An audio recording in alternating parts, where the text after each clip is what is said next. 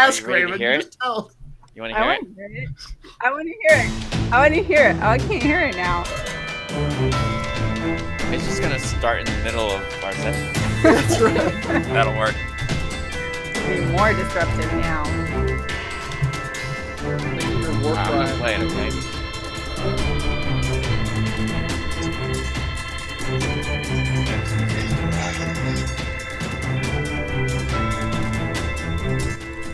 Hello everyone, Eric Watson here, freelance writer, player of games, writer of words, recorder of videos, and tabletop role-playing aficionado. Welcome to our weekly live stream Dungeons & Dragons 5th edition online role-playing adventures. There we are.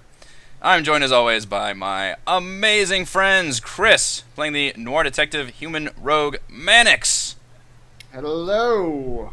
Heather, playing the wickedly silent but deadly half-drow rogue Kaless. Hello. Rochelle, playing the popular and charismatic Triton bard Gillian. Hello. Let me switch your pictures back around. Raymond, playing naive but lovable turtle fighter George. Hi. God. And Reese, playing the undead-hating, animal-loving hill dwarf druid Theron.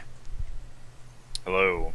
We stream our sessions live on YouTube every Friday evening. Catch up on previous episodes on my YouTube page, as well as read weekly session write-ups at roguewatson.com. Watch my behind-the-scenes, no players allowed live series Crafting Annihilation on Thursday mornings. If you'd like to support the channel, go to patreon.com/roguewatson. Personal shout-outs to Platinum patrons Andrew, Brian, and Richard, and Gold patrons RPG Papercrafts and Charming Grenade. Thank you all for your support. For our campaign, we use Roll20.net for streaming.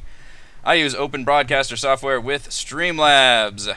Previously on Tomb of Annihilation! That was dumb. After George met with his mentor, and Gillian earned some coin with a musical performance, our party joined up to full strength in Old City, the slums just outside the walls of Port Nyanzaru. They continued the investigation into the missing acolyte of Savras, Inet. They located Viplo's home, the person whom she had gone to help. Before they could enter the hut, a group of zombies exploded out of a smaller shed and attacked. Our heroes fought them off and found these zombies had been kept captive and had broken free. The larger hut was empty save for a journal that explained Viplo's situation. He had lost his son to the death curse, and finding no help or cure, had resorted to kidnapping people to feed to his now undead son, as you do. The journal led them to a section of the nearby ziggurat. Tracing the maze opened a door with a staircase leading into darkness. The first room held a translation of an ancient script. Obtain Ubtau's favor to walk the bladed path. In each room they had to trace a maze to open the next door. Failure resulted in giant blades swinging down into the room. The party was hesitant at first, sending George in alone to fail miserably, though he thankfully avoided the blades. Mannix then passed Like a ninja. Mannix passed the progressively challenging skill checks after that, tracing through each maze with ease until they reached the final door. They stepped through into a larger chamber that led down into a lower floor. There, a trio of captives struggled against their bonds. A halfling dressed in robes was on the opposite ledge. He threw open a lever, opening a pair of iron gates and unleashing a horde of zombies on his victims.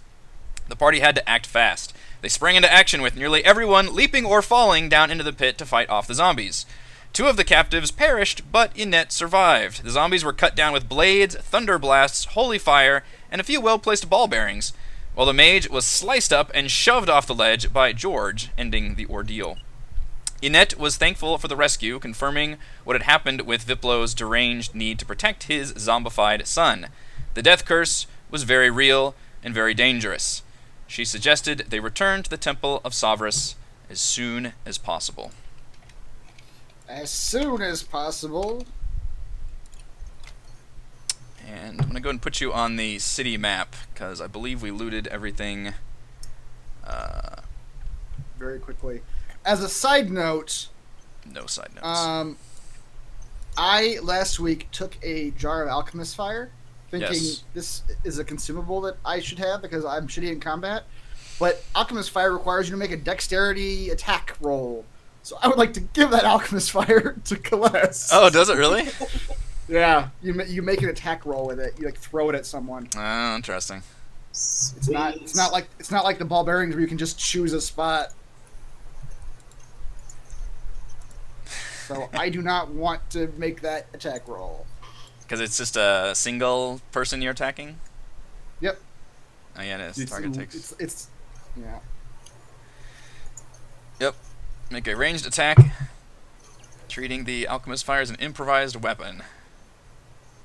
On a hit, the target takes 1d4 fire damage at the start of each of its turns. A creature can end this damage by using its action to make a DC 10 dex check to extinguish the flames.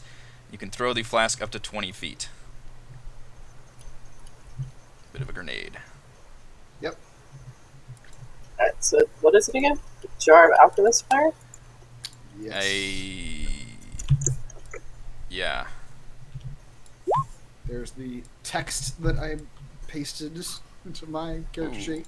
Thank you. Yep, there you go. That's the text.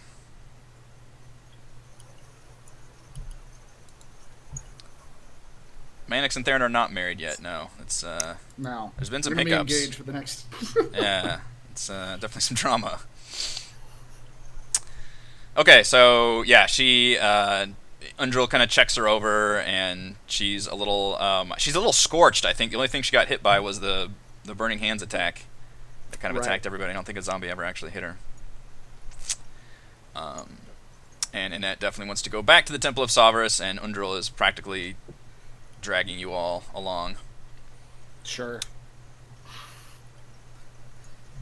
Sounds good. Yeah. At this point, it is probably like early evening. So the city is starting to slow down a bit. As you all make your way up to the Temple of Savarus.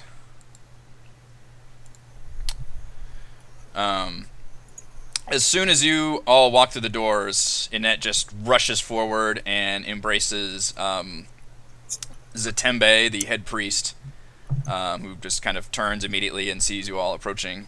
The man is all warmth and happy, but then she immediately starts explaining the situation of what happened, and his face just like drops into a mask of horror as she regales all the events that had happened. She had gone to help him and realized that he was basically tricking or luring people into just capturing them to feed to his son. And then she wasn't quite clear if the others had been captured, if the zombies had been captured by him, or if they were people that had turned into zombies based on the fact that they were attacked by the son. She was unsure of that. I will mention to him then that we saw some zombies there that were far older than his son could have ever possibly been. Okay. So some of these zombies existed before the son came down with this curse. Yeah, he mentions that Schultz has been lousy with the undead for quite a while, ever since legend has it about Rosnisi, this warlord who raised this undead army to attack his former country, essentially. And then remnants of his army is still around there in the jungle. Yeah. But yeah, he says, "Thank you, of course, for saving one of our own, for stopping a fallen patron. We failed this man. Clearly, this death curse is a serious matter."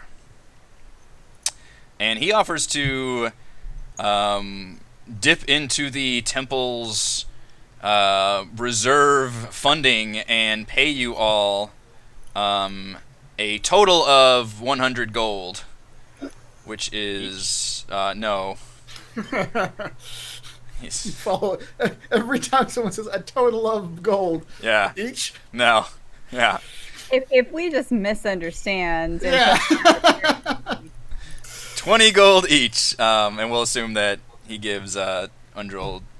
Whenever I give you guys a monetary reward, you don't have to divide it up with your NPCs for now, at least. Okay.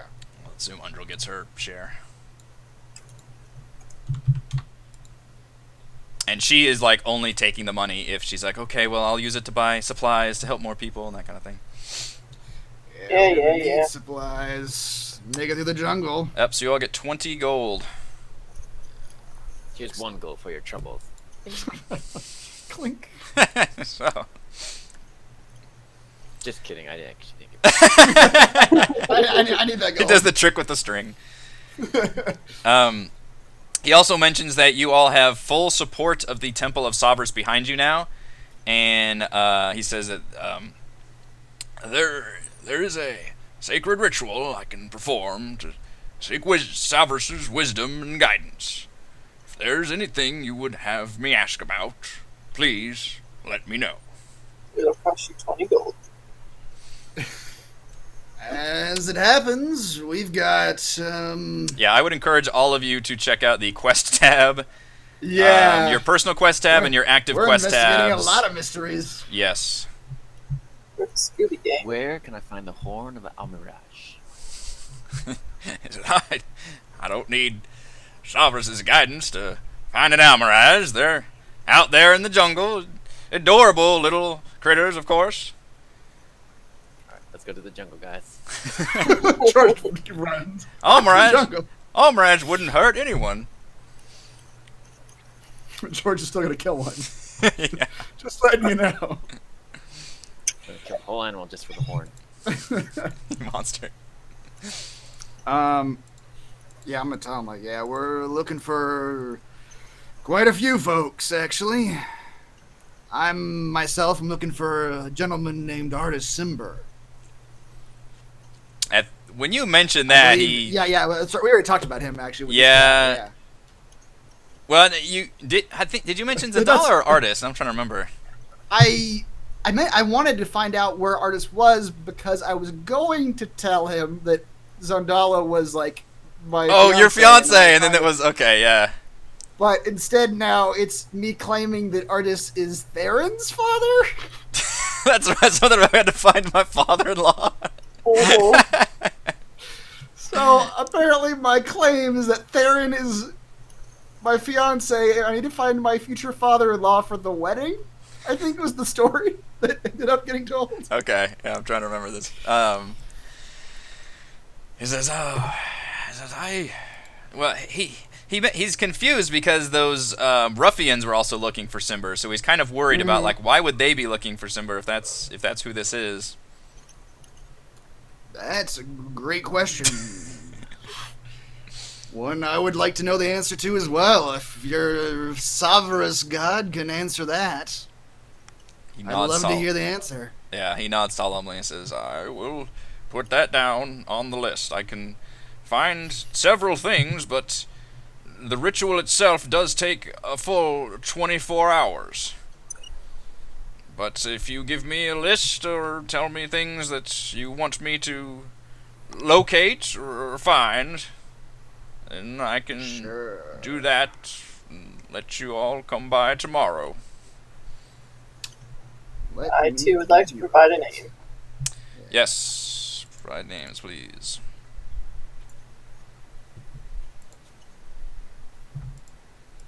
He asked you straight up what, Zagnira. Okay. It says, can you give me any details? Anything might help. Ooh, let's explain that.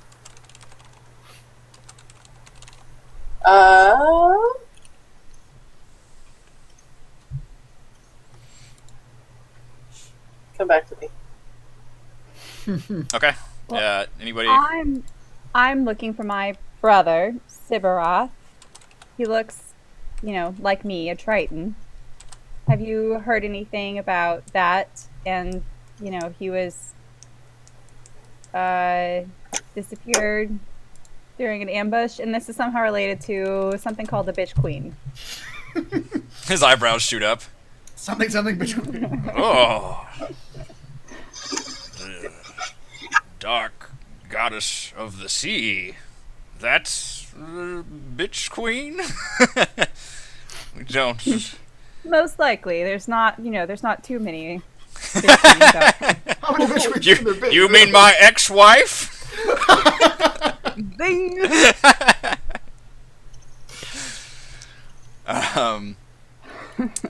He says he can try to look that up. Contact Savras about Sibarath. I believe I'm gonna turn to Theron and say, I think we're looking for your friend, but we're also gonna meet him tonight, I think, already. So I think we know where he's at. I'm not sure. Very well. I'll save my breath. Yeah, you guys left it with, I believe, you were going to have the innkeeper contact all the guides and have them meet you at the inn, supposedly tonight. Mm-hmm. Which, Okay. some of you weren't here for that session. There is a section in the journal called Chapter 1 Player Handouts. And there's a subsection called Port Nyanzaru Guides. And that is a whole bunch of information about, or like handouts, I guess, for each guide. There's straight up 7 different guides, and there's 2 of them are partners also. Like Baron and Mannix. Let's start our business together. You guys go do that tonight. I'm gonna go out in the jungle and kill me some monsters, and when I return, I'll be known as George of the Jungle. I just now got that. That's really clever, Unit George. Dang. George of the Jungle. Did you, dear? I'm impressed. What else we got? We got some... Well, you probably know these gentlemen. Some pirate captains. By the names of... I don't know if I have their names on this quest. Oh yeah, I do. Lascalar, Jaharwan, and Alsariak. Pretty sure you butchered that dude's name. I'm pretty sure I butchered that last one. But you. It says, why are you looking for those pirates? Well, that one is an official contract we're holding with this city itself. We've been tasked with finding and bringing them to justice. He seems to like the sound of that very much. He's like, the pirates have been a major problem for this city. I know Harbor Master Zindar is just up his butt about it. I'll try to find what I can, and you must understand, this is not... This ritual and Sovereigns' guidance, it's not going to be an exact location most of the time. We get some visions and some fleeting thoughts and memories, maybe a few scenes, but hopefully it can help. My line of work, those are called clues. All Sounds right. more like a scam to me. Oh, I didn't think of that. Shit. Just kidding. I didn't say that out loud. I'm with the Triton on that one. I would never say something that rude.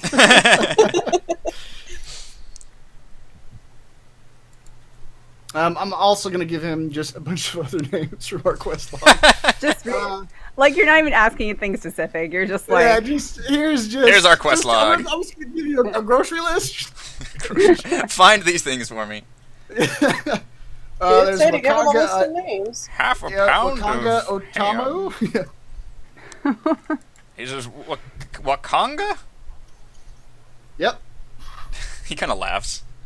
That's one of our merchant princes right here in the city. Well, whatever you can tell us about him. Well, he's one of the good ones, I think, as much as a merchant prince can be a good one.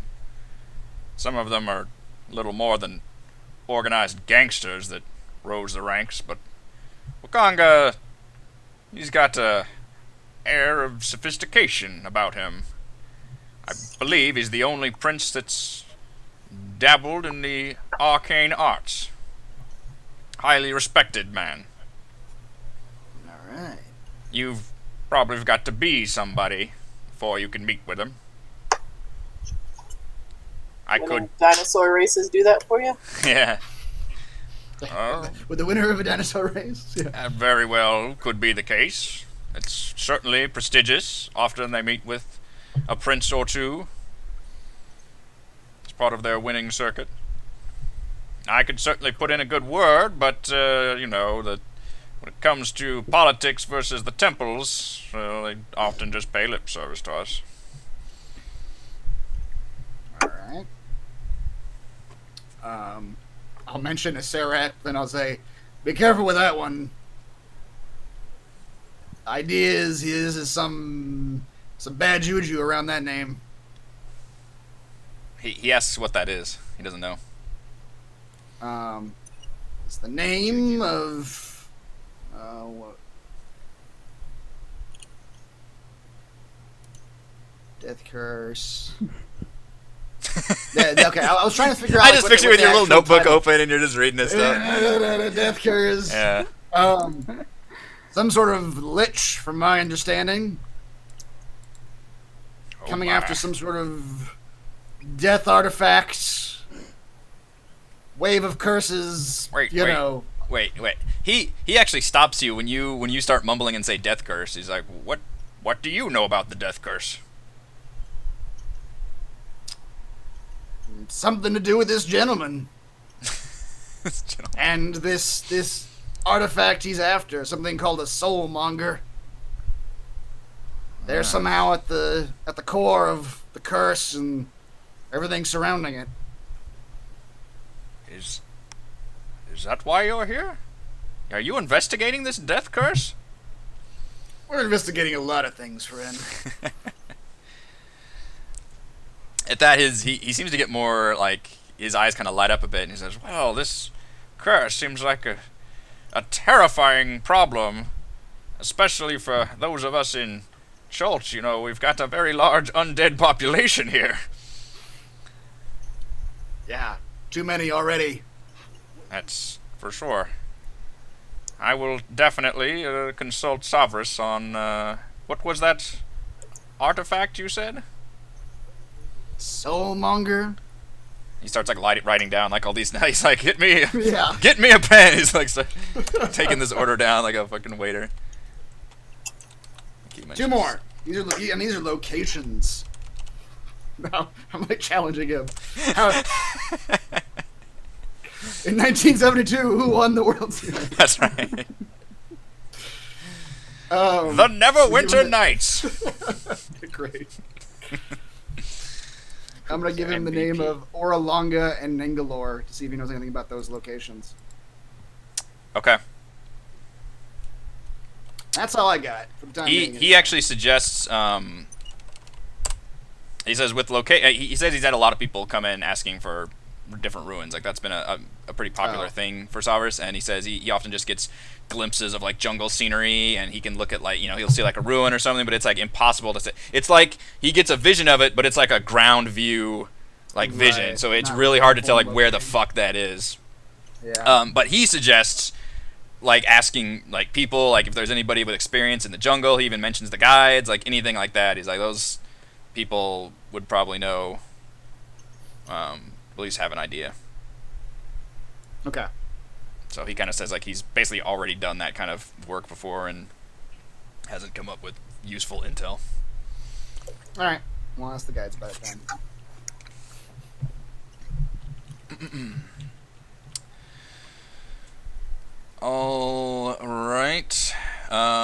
So yeah, he says that he will perform the ritual. It takes a solid 24 hours, and it is evening right now, so it would be evening tomorrow when you guys could return and follow up with him. Is our Borrow the race dinosaur tomorrow? race? Yeah. Sorry, Or one the at a next time. day. So today is day 1, basically. Your first full day in Port Nyanzaru is still. The dinosaur race is in 2 days, so no, tomorrow is not the dinosaur race. Alright. The dinosaur race, the way I've got it organized in my thing, today is day 1, the dinosaur race is day 3. Okay. And right now it is like evening day 1. Okay. Speaking of dinosaur race, are we gambling? Oh yeah. Oh yeah. Everything we have. I don't know about the rest of you, but I intend to dump it all. I've got a gambling problem I need to discover. That's right. I'm in the early stages of it. But we're also gonna cheat, so that's the thing. At least we're honest about that. Yeah. We've got one dinosaur and one person who can become a dinosaur. That looks very much like the first dinosaur, so the possibilities are Endless. Yeah, how does that work when something to write Reese, though. would he wild shape into like a carbon copy of that beast or like a Theron version of that beast? I don't know. He'll have a bristly beard. It'll be a headshore. Everything you turn into has a beard on it. That ain't right. All that matters is that he's faster than the other dinosaurs. Right. It's a speed beard.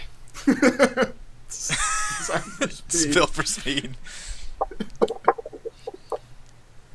I don't care what Yeah. you look like. In terms of like coloration and that kind of thing, like will he look exactly like the other, like the one he? I don't think so. I would imagine it is a Theron version of him shaping into different Yeah. beasts. Like it's got his like coloration and his beard effects. Got my unique spin on it. That's right. That little Theron twinkle. You look at it, you know. I know you. All right, with that, Annette thanks you all profusely, and she is obviously wanting to retire to her quarters, and Undril is kind of suggesting that you all return to the inn as well and rest up. She's like, oh, you all did so well today, but we need to rest up and heal up and everything, Yeah, I've got a gentleman. so that we can go to Camp Righteous in the morning. We're getting there. We're getting there. There's a lot to do before we have the supplies needed to go out into the jungle. She looks a bit crestfallen. She's like, yes. You like dinosaur races, don't you? What else is coming up? What?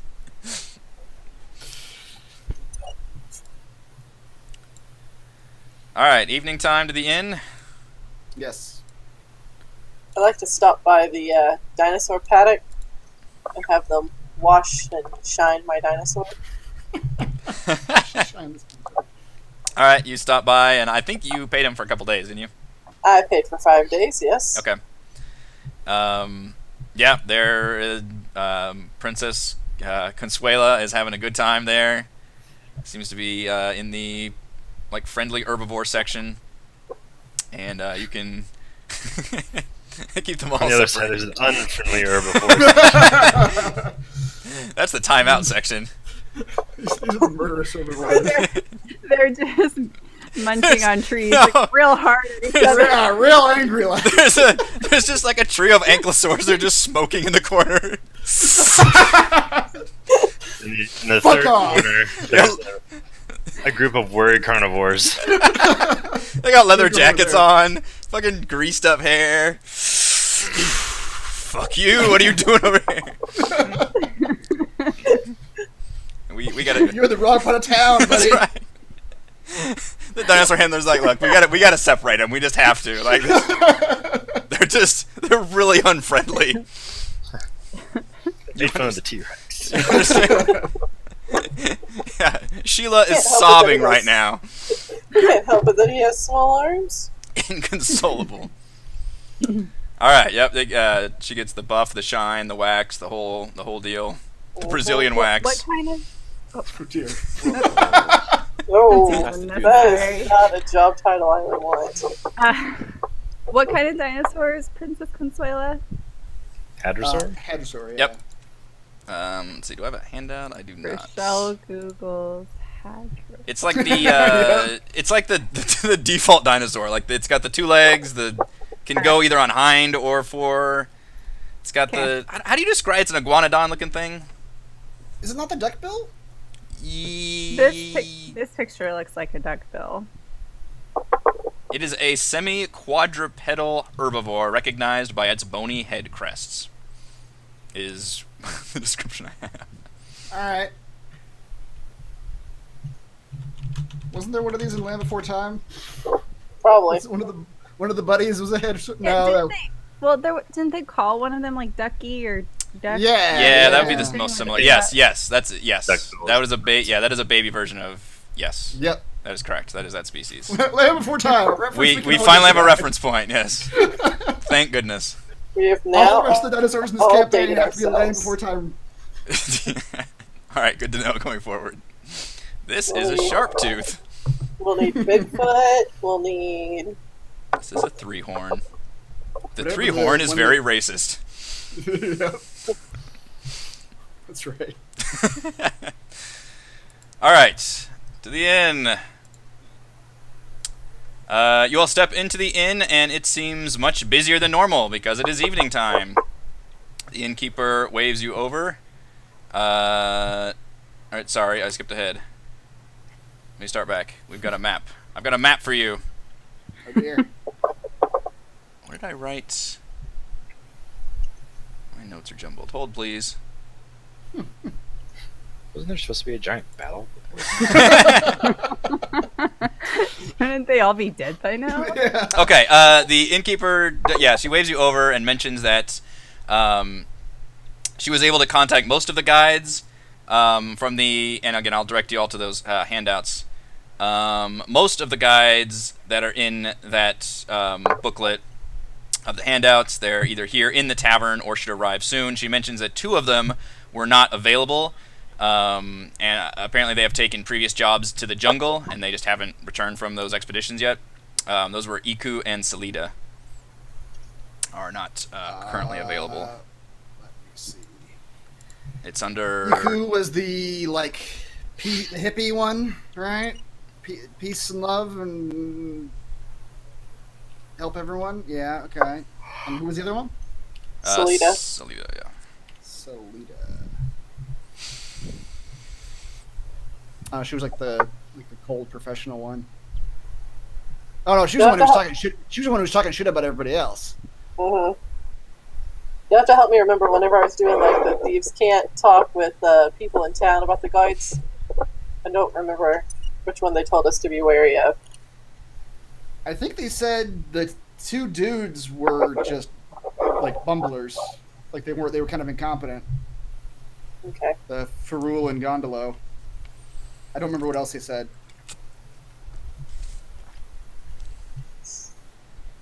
Oh, I think they were saying that the 2 cats were like okay with doing bad stuff. I think it's...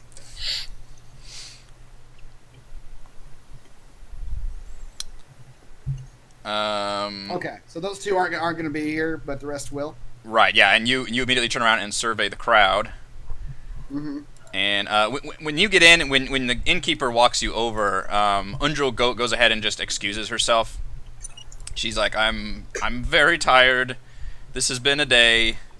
If you don't mind, I'm just going to go to my room and try to pray to Torm, whoever the hell she is, and ask for guidance about how we should proceed.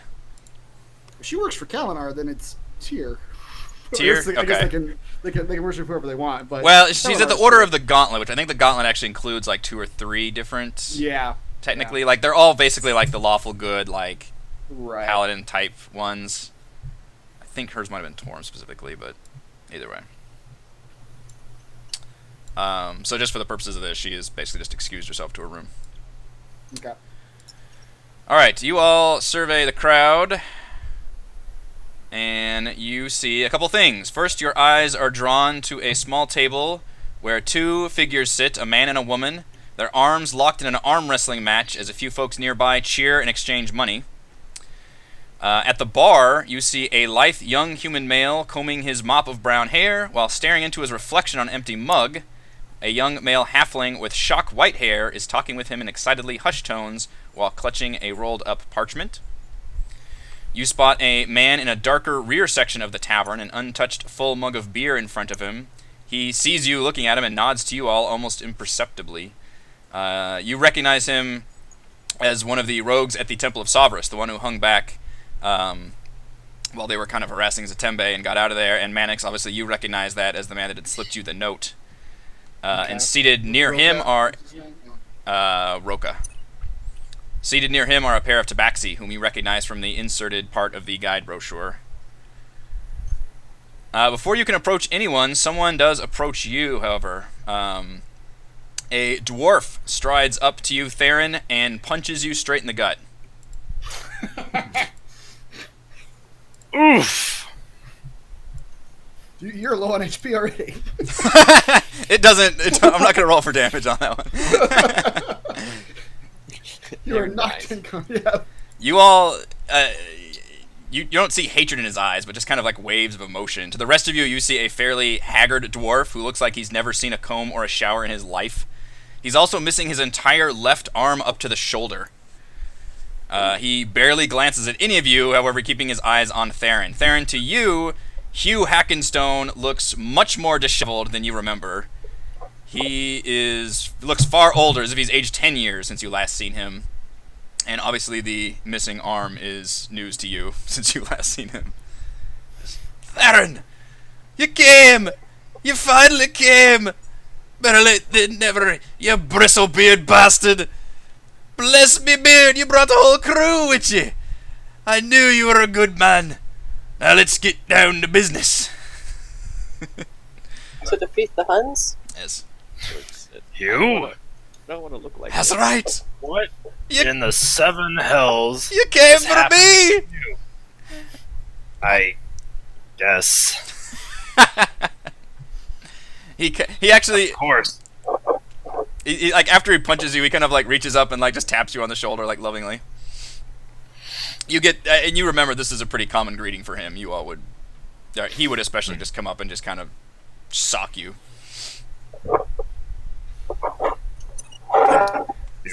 Do I usually sock him back? What do you think? Try it and see. Yeah, that's fine. You were, I'm gonna do it. Do it a little Fight, harder Rich. than he did. alright.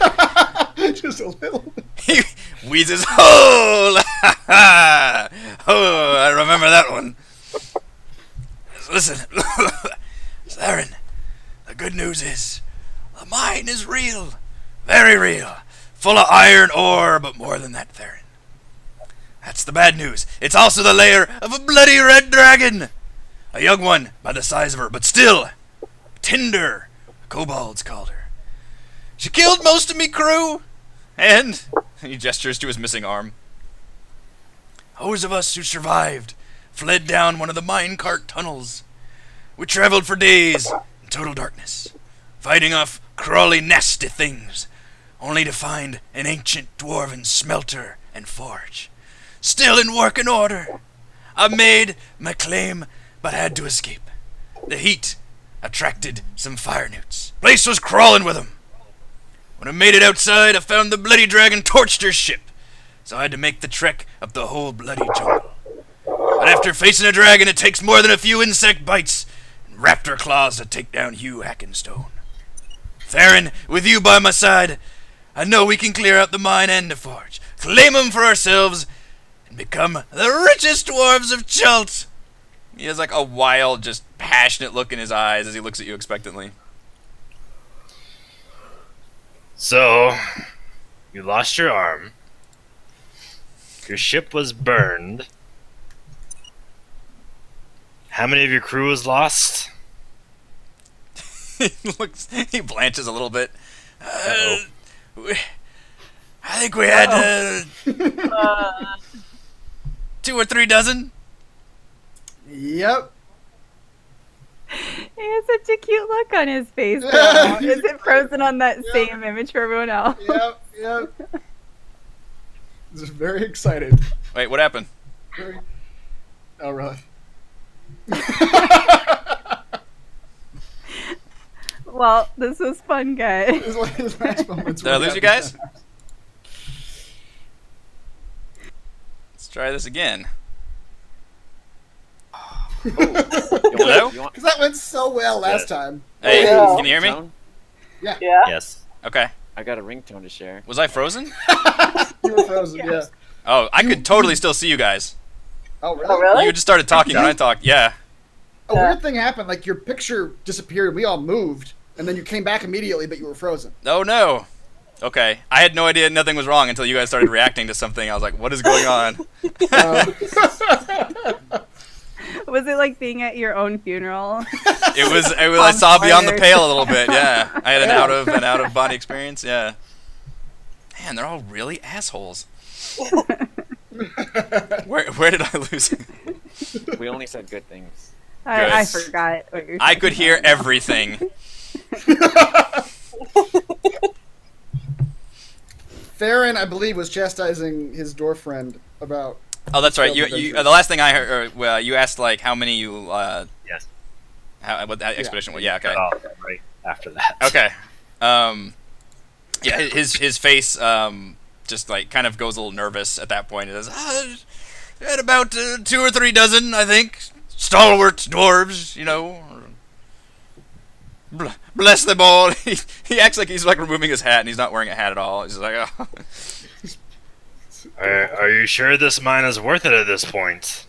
Worth it, Theron. Dragons have treasure, lots of treasure, and that treasure's Let me cut you off right there. in our A mine, Theron. That dragon is named loitering. Tinder. You lost to a dragon named Tinder. They all have these bloody cute names. You know how it is. The green dragons are named Acid Breath or some stupid shit. Alright, Scrooge. Yeah, I know. I cannot do that voice. I change it literally every sentence. Actually, Scrooge would be an improvement, because then I'd be actually doing a Scottish accent. So, if we do, well, if I help you and somehow convince my companions to help, how many of them do you think will lose? That guy won't last a minute. I really won't. He kind of leans forward and says, would they be acceptable losses then? Do you owe them a lot of money? I don't know them anything, and honestly, I don't care about that one. The other three... I heard you were engaged, Theron. That's right. Congratulations! Thank you, thank you. I'm hoping he'll die very soon. So much I didn't know about you. It'll be easier for everyone. Only after he signs the insurance policy. That's right.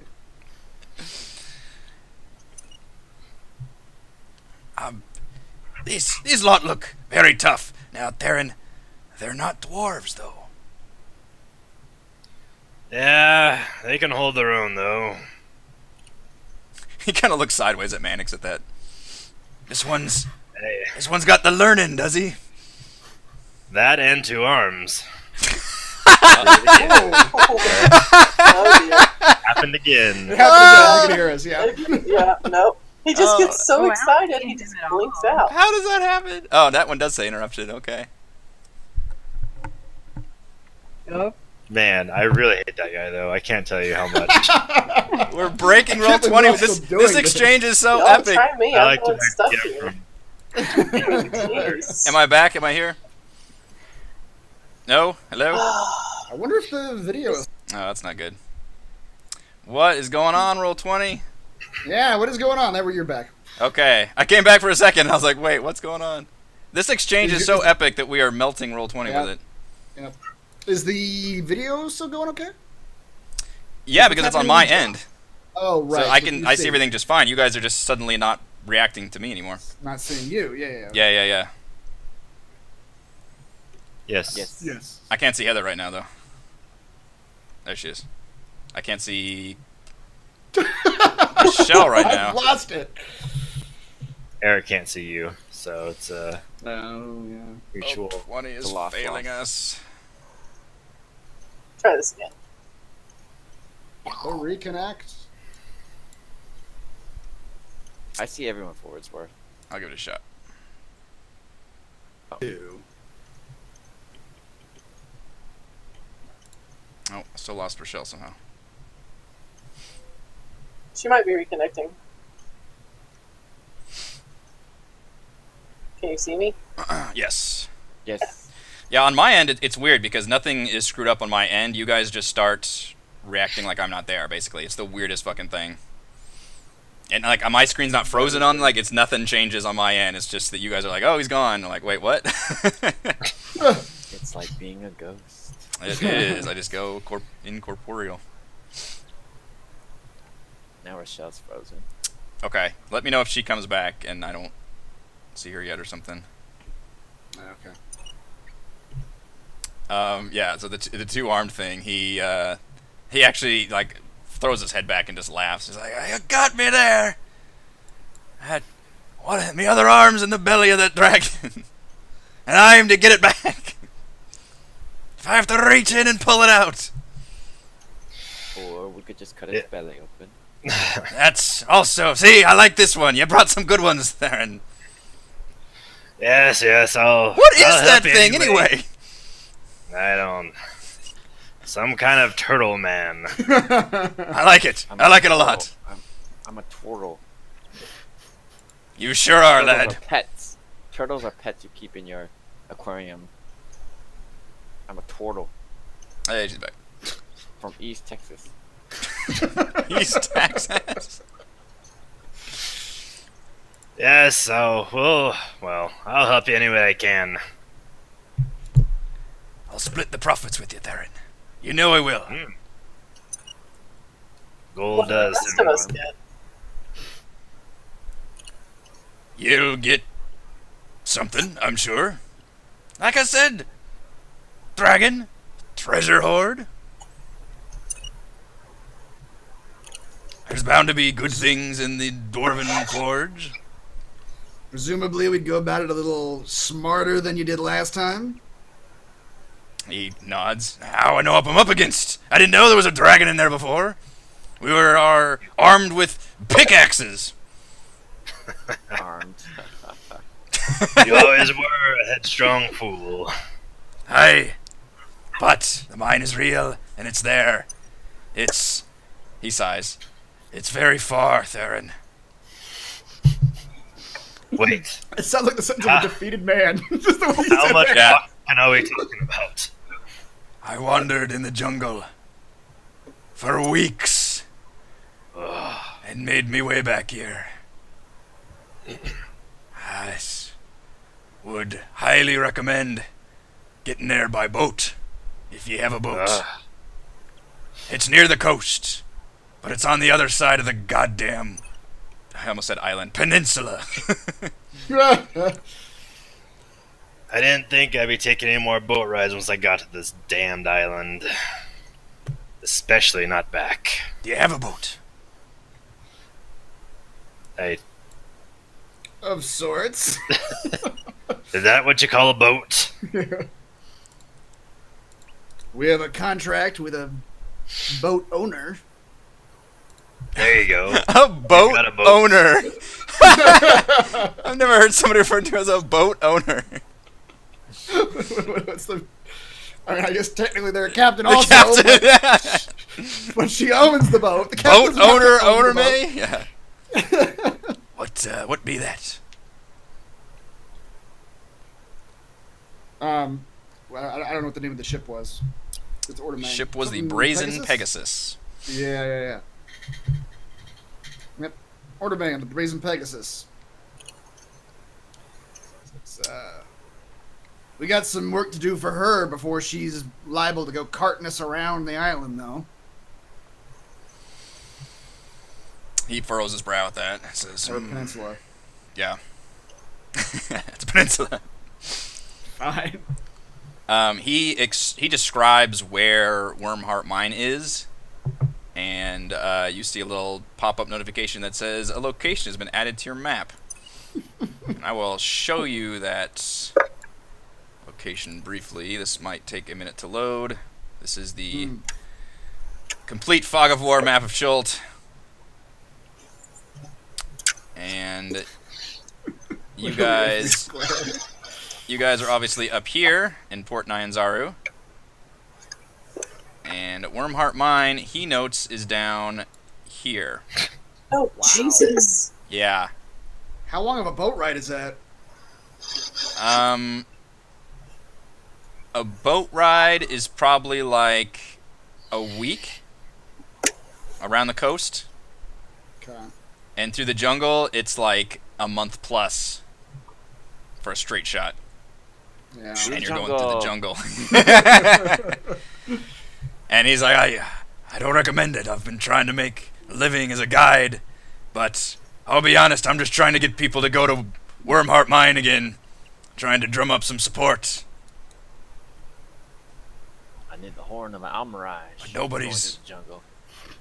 Nobody's picking me up on me offer. He like absently like pulls like a beetle out of his beard and just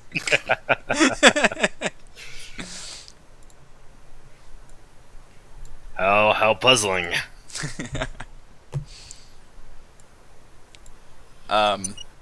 He basically says if you have a boat, then he suggests trying to get access to that boat as quickly as possible, and then that would be the best way to get down there. Okay. And then he asks you pointedly like how long it would take to get that boat. He seems quite into the mine, if you can't tell. I'll ask Theron, like... Oh, you need a couple's, I understand. That's right, yeah. Like, we can ask Order May, but until we find those ruins, I don't know if she's liable to let us just sail across the ocean. Yeah. I don't We'll think have to that pay the dragon's... giant turtle again, too. Mm. When you're standing, it only when you go in and out of the Bay of Chult. But yes, that is something to keep in mind. So when you leave, you really want to leave. Yeah. Yeah, I don't think that dragon's going anywhere. Hey, that's the Yeah. only comfort I have is that no one will be taking that mine anytime soon. That's right. Yeah, the metal, the dragon, fiercely named Tinder. Is it Tinderfoot? Tinderheart? He's Aye. he says it's We'll get to she's it. got a long name, but he doesn't know what it is. Tender loving care? Yeah, I think that's I'm sure that's the official name of the The dragon. origin. It's the official name now. I gotta say, we'll help you, but we'll get to it when we get to it. That's not the top priority right now. I think your lust for metal has gone a little beyond what I remember. He was rubbing himself with like a piece of ore, and he puts that away hurriedly. Like, Iron. Lust. I know we all like to sleep on a big pile of coins. I mean, who doesn't? But sometimes You have coins? I do now. I'm so hungry, Theron. Theron looks at his gold purse and looks at Hugh and closes his gold purse and takes it behind him. I understand you're making yourself something of you. That's good. You're always the smarter one. I respect that. Can I get you a different job or something? do you need a coat? Do you need a coat? Here's a sandwich. I will take the No sandwich. money. There's no meat in this sandwich, Theron. It's just Meats for closers. no. Don't break the Roll20 again. I'm about to laugh. Meats for closers. Yeah, he looks equal parts excited that you're here and that you've kind of agreed to it, and also dejected that you're not quite as, obviously obsessed about it as he is, and you're not immediately dropping everything to go do it. So he's got a mixture of feelings. He seems generally placated, though. It also feels like he's just gonna hang around here until you can get access to that boat. And he even says, he's like, he asked about the description of the boat, and he's like, I'll make it my life's work to make sure that boat stays here in port until you come back. Don't tell him what the boat. I have a feeling he's going to be sleeping outside of our door tonight anyway.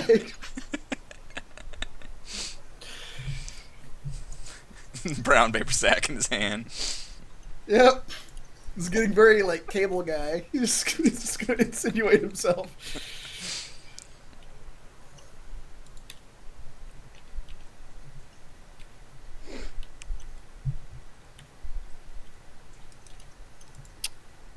Very well. Like I said, we'll get to it. We will get to it. I'll say that. You're a good man, Theron. I appreciate you coming here and bringing along your extremely weird traveling companions. They are very weird. I'll grant you that. I'm pretty sure that one's a demon. And you're not sure if he's actually looking at Kalles or Gillian? You mean women?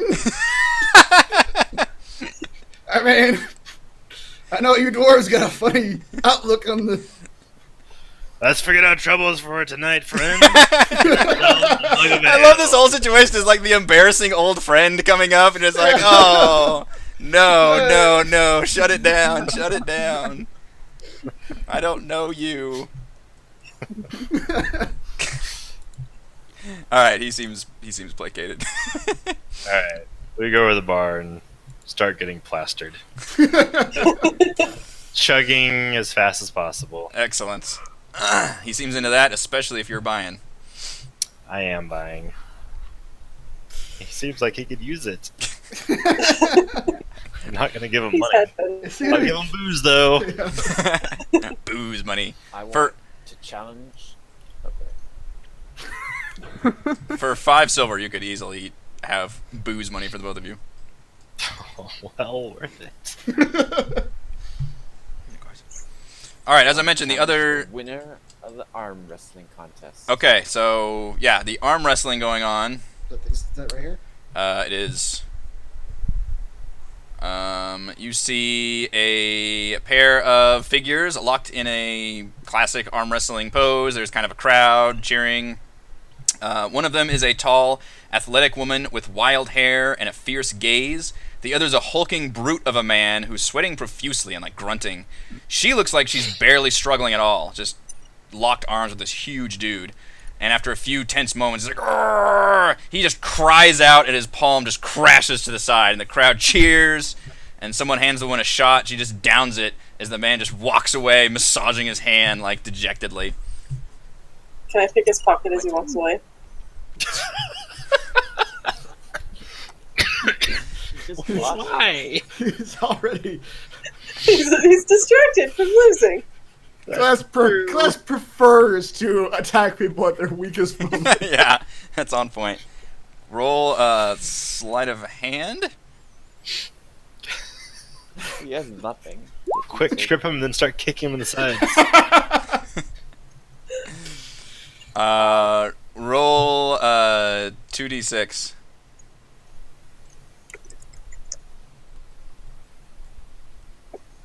You know what's gonna happen? Damn. He's gonna accuse the woman he was arm wrestling of stealing from him. You managed to find 11 silver pieces on him. Sweet. Looks like someone's family is like eating tomorrow.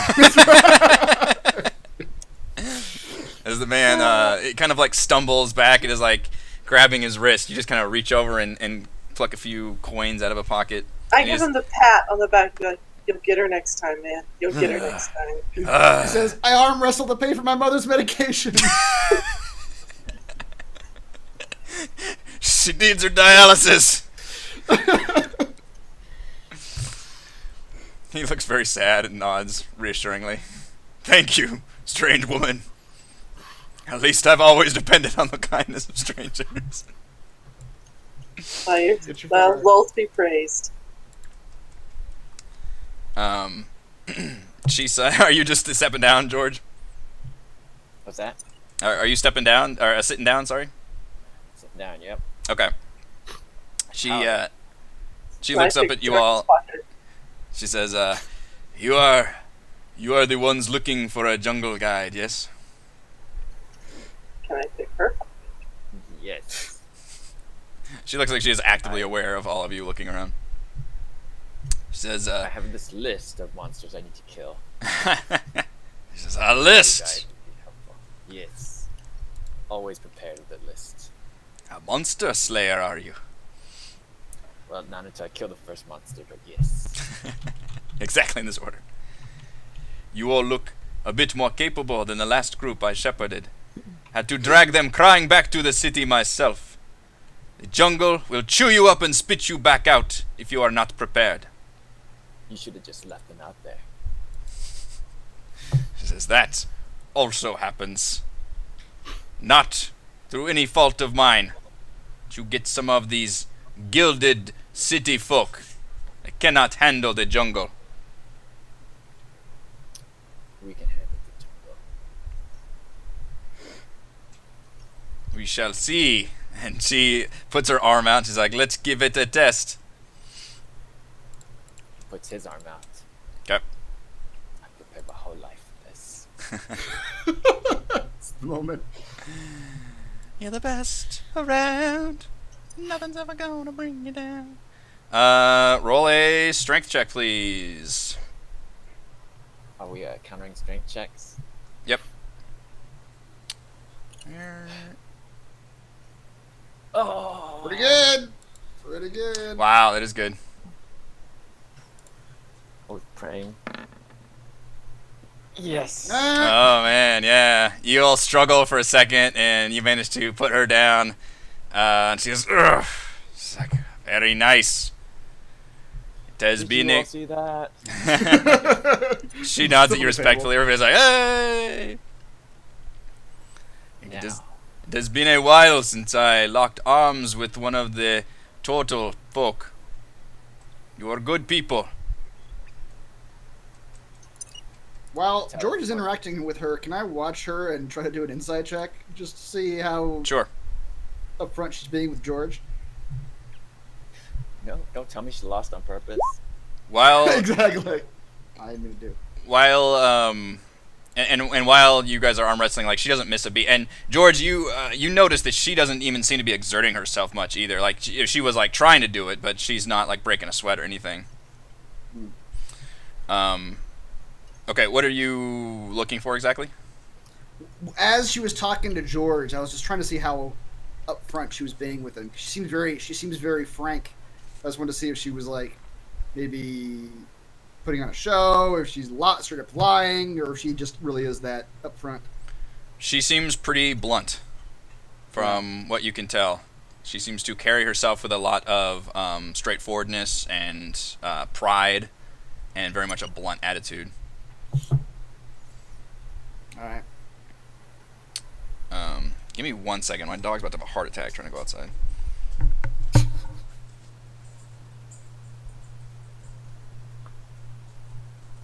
Actually, she probably just wants a bone, but, you know. Haven't gone down to get her one yet.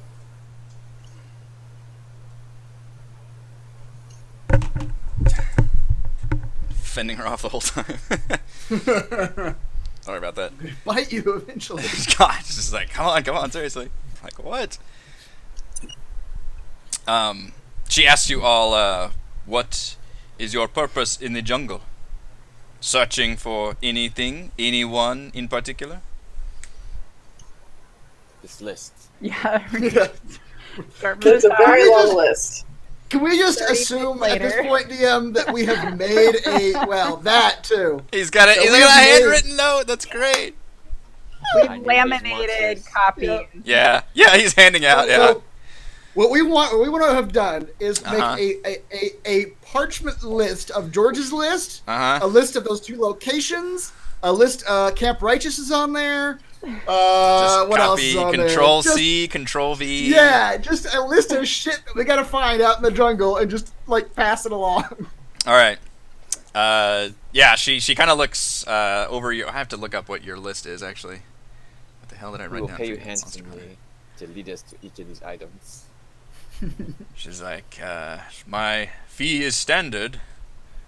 She looks over your list and says, very interesting. This is a good variety of native creatures to Chult. Have you ever seen any of these creatures before? Nope. She kind of smirks. Says, All I've seen are armadillos. I'm not familiar with this one. Usually, the groups I take, they want to avoid their creatures. Not us. We will be trackers then. Yes. Um, We'll prove our worth. when you mention By the the end of the jungle, we'll be the best. when you Only mention the known as two George of the jungle. when you when you mention the two locations, you see recognition cross her face from Oralunga. She says, the old Yuan-Ti city. Only an old temple remains, which still houses a wise oracle, they say. I have traveled near there before. I never made it inside. It is several days' journey west of the great plateau Mumbala. That's good to know. Just what she's saying. Like, do we believe she's actually been there? If only there was a skill check associated with finding things out. Holy. Can it be stealth? You're just like nudging Mannix in the ribs like really hard. Yeah, like, exactly. Look at her. Yeah, look at. I'm doing it because something looks funny, apparently. I already kind of, with my first insight check, Mannix has already kind of decided that she's not the type to lie, kind of stuff. So he's kind of like bought into her already. Like she is who she is who she is. He's also kind of written her off as just a sort of a like a jarhead, just sort of a muscle, like, you know, somebody who a tool to be used, perhaps. Hey, he's the kind turned off by the physical prowess. Right? Yeah. What'd you say, Just Raymond? because you're engaged doesn't mean you have to say bad about others, okay? She doesn't strike him as terribly like cunning, the type to lie to us about stuff. You don't see us insulting your betrothed. Wait, is that a turtle thing? If you win in an arm wrestling match, you're betrothed. She does mention, and I'll refer you all to her handout, that she of course will take money to guide you in general, but she mentions that she does have a item that she would like to recover. She says, Oh yeah, where's that at? Firefinger. during an expedition on the River Triki, we were attacked by Terrafolk. We fought them off, but one of them stole something very precious to me. I know where their roost is, but my group was weak and demanded to return to the city. I am willing to waive my fee if you'll help me get it back. What's your fee? She charges 5 gold coins per day and requires a 30-day payment up front, which seems, from what you can tell from most of the guides, that seems to be the standard guide payment process. Wait, what is? How much money is that? 5 times 30? 150 gold right up front. Yeah. But if we do the side quest, it does not cost us 150 gold. Yep. Where is that at? I'm looking at the handout of the map. Where is the place? I will put it on your map. You get a little notification that pops up. It says location has been added to your map. She did mention on the river Triki, which I'm going to zoom you guys back to the big map. Hopefully it won't take as long to load. It is down here, right on the edge of like explored territory of Schultz, right directly south of Port Nyanzaru, right off of the... There are 2 rivers, basically, that flow near Port Nyanzaru. The Soshin Star and the Tariki. And Camp Righteous is on one, and Firefinger's on the other. Doesn't seem like too huge a jaunt from Righteous to Firefinger. I like it. I how actual far is that? It's still 70 miles. I don't know how long. How quickly can we move to the jungle? Do we think?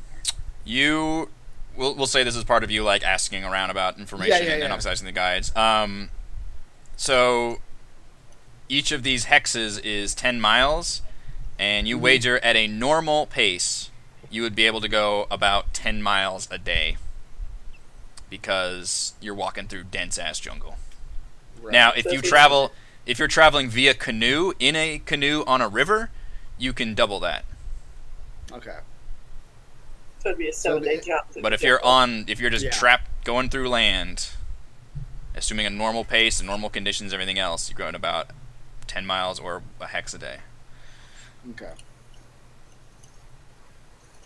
Doesn't seem too far out of the way, and some of us have some combat prowess, might be able to help her out. Some of us will just watch. She says, yes, you do look like a capable crew, more than I usually deal with. Who do you usually deal with? She sighs and gestures to the man and the halfling over by the bar. She's like, idiots like them. Fool boys from the cities. I think they are big adventurers and explorers and want to have excitement in ruins. Ride a dinosaur. She's like very dismissive. Yeah. I can like see her like raising her voice in certain things. Adventures and ruins. Yeah. You know they are charging people as guides, right? She just like laughs. In the idiot that wants to use them as guides, they are signing their own death warrants. Good to know. She doesn't seem like she holds back much, if you can tell. Yeah. She seems pretty blunt. What is your name? My name is Azaka Stormfang. Can we call you Az?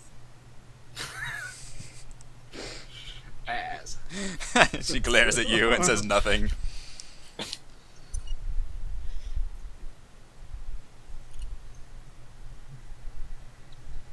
Yeah, it's been nice. Yeah, been nice talking to you, Azaka. We've got some other potential guides to speak to this evening. Of course. But you'll be hearing from us shortly. Did you get my resume and references? We think you have great potential. HR will be calling you within a few days. Yeah. You're not the one that arm wrestled her. We're taking her. Okay. Well, George has made his vote. To Turtles, this means they're married now. Yeah. It's like, I look forward to hunting monsters together. George winks at her. Are you into the? She raises a glass. Sort of thing? All right. We meet here at 8 a.m. in the morning. Yeah, she mentions like when well, I guess you don't have to tell her, but you can keep her waiting if you want. It'll be at least a couple days because we're intending to race dinosaurs tomorrow. Okay. Yeah, she was wondering like were you wanting to ship out tomorrow morning or what was the timeline here? But we've got a few days, a few things to take care of. A merchant prince we got to talk to. You know, the normal stuff. She raises her eyebrows at that, but just kind of nods. It's like, I will be here for a few days then.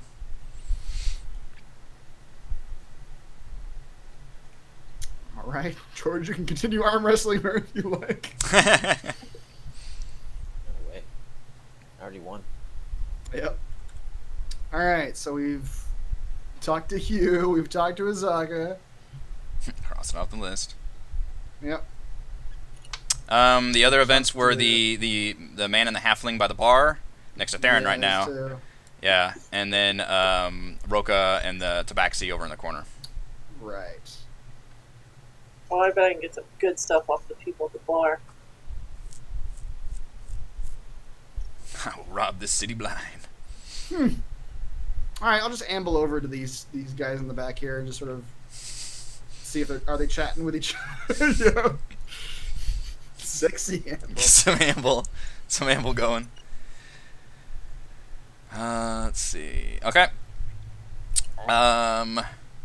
The man is young, dark, and ruggedly handsome, dressed in studded leather armor, and he doesn't try to hide the weapons on his belt. He nods at you and gestures at some open chairs nearby. Just pretend there's some open chairs on this map somewhere. Okay. It says, my name is Roca. I'm a man who gets things done around here. And you and your friends look like you can handle yourselves quite well. Look like you and your friends could handle yourselves as well. Is there like a dartboard or something around here? And nods and says, Artis Simber, it's a fool's errand. He may be in Schultz, but that's still a lot of land to cover. And we're not the only ones looking for him. I keep telling my colleagues he can't be found through magic or divine guidance, but they're stubborn. But I've got another task that my boss wants taken care of. He kind of leans in close. What are the rest of you doing? Or is it just Mannix and this guy talking, or The rest of them have gone to the bar, it looks like. Theron and Hugh are still like knocking back drinks? Yeah. Gillian and Celeste, what are y'all doing? Kind of like looking for a dartboard. Okay. Yeah, you can probably find some like card game going on or darts or something. Yeah, and I like darts because I want to practice my knife throwing skills. All right. But I always keep Mannix like in line of sight because he gets in trouble a lot, and I know he doesn't have like the dexterity to get out of it. That's when you start hurling darts in his direction. Mm-hmm. Gillian is gonna see the ruggedly good-looking man and join Mannix over there. The way you phrase it, I imagine Gillian coming up behind the man and putting her arms on his shoulder. Hi. Super aggressive. Oh, okay. Alright, Bunzel, you did Chris's walk, his saunter over. Yeah, to Gillian yeah, how's now. Gillian walk over? Looks very similar. Get some shoulder fade. Yeah. His eyes kind of shoot up when he sees you and just kind of nods. So he's addressing both of you now. He says, we have reason to believe that the pirates of Chult have formed a little alliance. First with themselves, and then with the Flaming Fist, that merc group based out of Fort Belvoir. Any ships coming to and from the fort are left untouched by the pirates, and that ain't a damn coincidence. If they are in league with one another, well, that puts my organization at a distinct disadvantage. That's where we come in. My job offer is this. Help me get into Fort Belvoir. Maybe provide a distraction or something, so I can slip in, sneak around into the commander's quarters, and find any evidence of an alliance with the pirates. We need to be careful not to stir up any real trouble. Can't have a fortress full of trigger-happy mercs pay lip service to the Lord's alliance, breathing down our necks. Now, despite what I heard what went down in Old City earlier today, I don't think you all extend your necks out for the goodness of your hearts, and I respect that. If we can complete this mission successfully, I can offer you 50 gold pieces. I'll also pull in a debt from these two. And he finally acknowledges the pair of tabaxi who have otherwise just been studying you quietly with interest. They help work for our organization. They're far more useful in the jungle than the city. As part of the payment for your help, we'll offer you their services as guides for free. I assume by the looks of you all, you'll be heading into the jungle at some point. Why, yes, we will be. In fact, we have a whole list of people and things we are trying to find. My, Would like me to recite them to you? but you are organized. just pin these lists just to our chests and walk around with. Ask me about. Ask me about. Yeah. Exactly.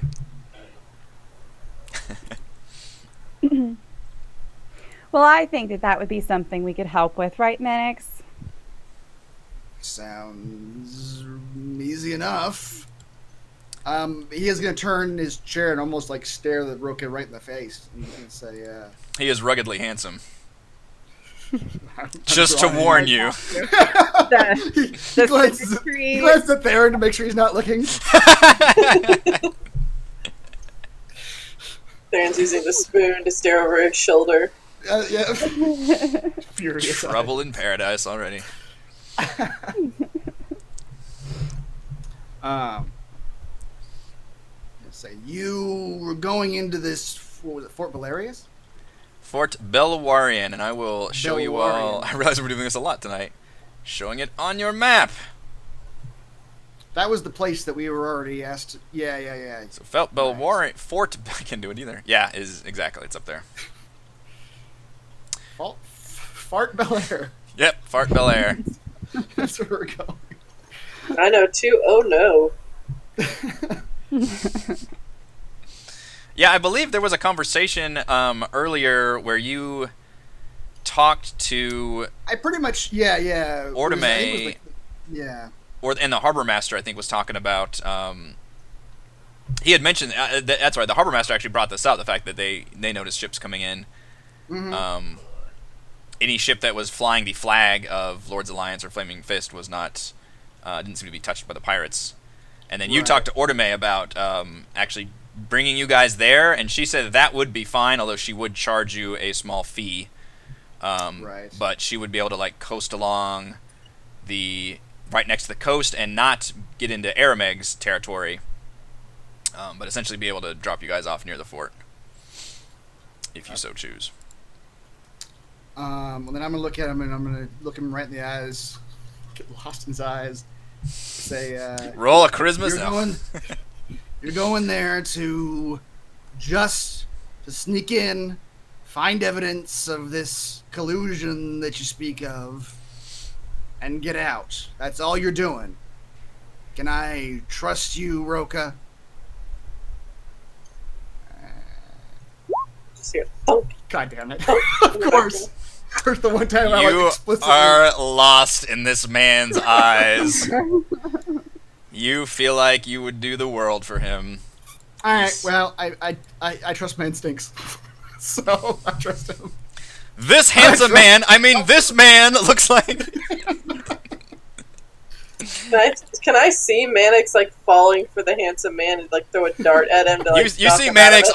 He's normally very calm and cool, and he seems to be like just like futtering a few words and You're something else, aren't you, Roca? Can I hit him with a dart to try to knock him out of it? Throw a dart like near him. We're both equally lost in his eyes. I mean, he's ruggedly handsome. Yeah, according to you guys, he seems 100% trustworthy. That seems like absolutely the plan. You would offer him your kidney. I'm gonna tell him. That like Gillian said, that's something we can do. One addendum, though. We're sneaking you into this fort. My understanding is that the Flaming Fists have some sort of what do you call it? Documentation, some contract of some sort that establishes you as one of them. Is that right? That's right, and that's the reason we're gonna be there. The gates, from what I understand, stay open during the day. You can walk right into that fort. You can even walk into that fort carrying all your gear. Adventurers come in, buy supplies, and buy their charter of expedition, because these Lord's Alliance assholes claim half the jungle. He gets a little, you notice he gets a little testy. And they require that you purchase this charter of expedition from them, just so you have the right to explore on their land. Well, that serves our purposes just fine then. You bring us... We're there One to of one- purchase a charter of expedition, as far as they know. However you get it to me is how you get it to me, but as long as I get a charter of expedition out of this, I will get you there, and you can get whatever you need to get. You can purchase that charter with the 50 gold. You're not hearing me. You're there to steal already, from my understanding. Understanding seems to like hit him over, and he kind of nods. He says, I can look for a charter to acquire while I'm in there. Max gonna snap his fingers. Yes, there's my boy.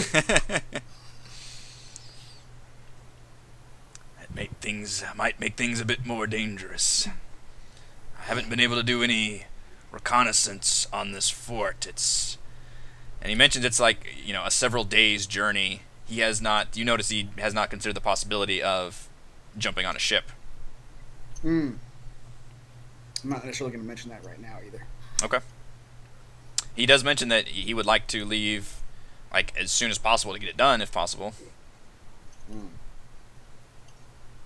We're in town for a couple more days. There's this dinosaur race, you see.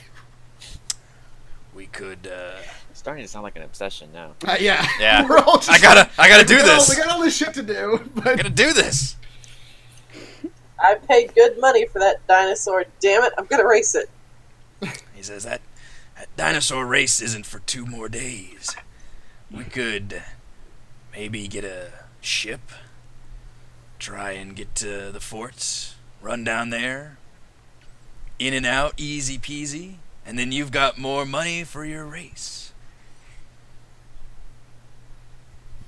Mannix is going to glance at Gillian to see what she's thinking about all this. Gillian's, looking at his eyes. So, Great. Another Gillian- dart comes whizzing past both of them. Yoing!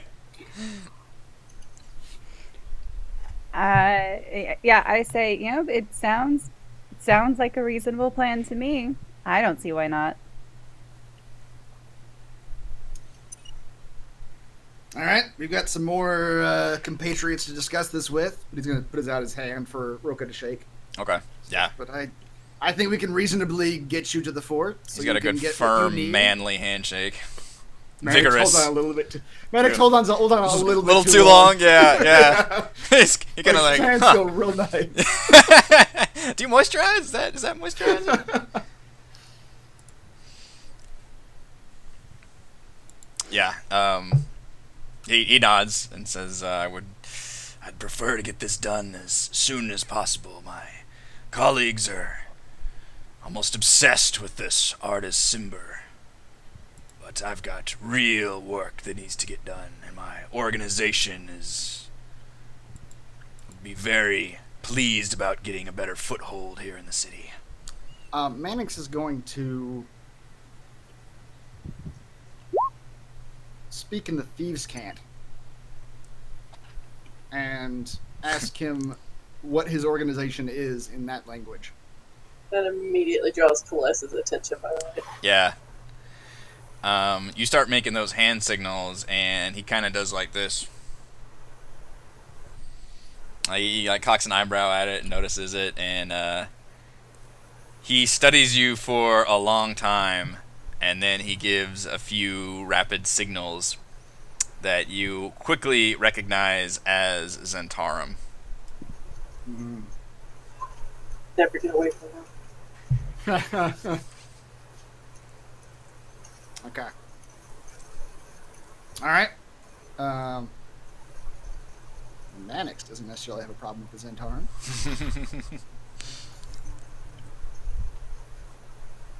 Mannix turned to the two. He leans the forward and back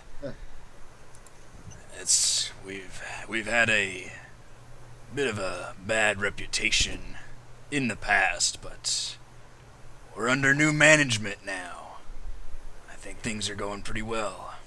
Yeah, here you got a tiefling for a boss now.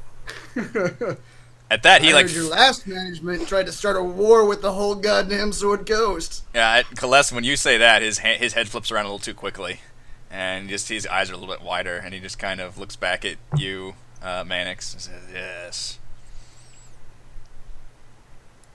Well, that tiefling woman made herself a name during the War of the Giants, and she's definitely someone you all want on your side."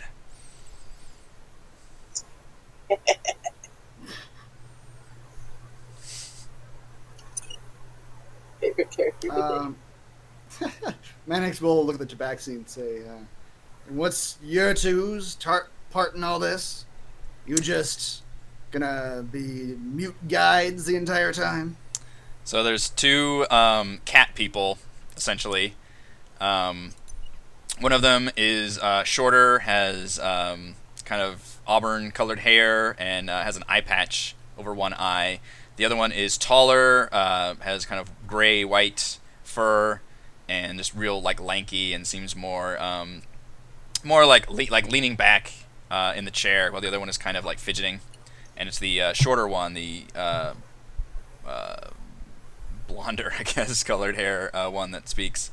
And she says, 1,000 welcomes to you all. I am River Mist, and this shambling hairball is my brother Flask of Wine. The bigger cat gives you a big toothy grin. And she continues, we much prefer the jungle to the city, and we will be, she glances at Roca at that, happy to guide you wherever you want to go, and to keep us all out of danger. Roca leans in close to you and says, the nice thing about Tabaxi is to them, money only goes so far. What they're really after is knowledge, experience. They're curious as hell, driven by an insatiable wanderlust. You keep showing them new things and new places, and they're yours for life. Wasn't there a saying about cats and curiosity? I think so. We have heard no such thing!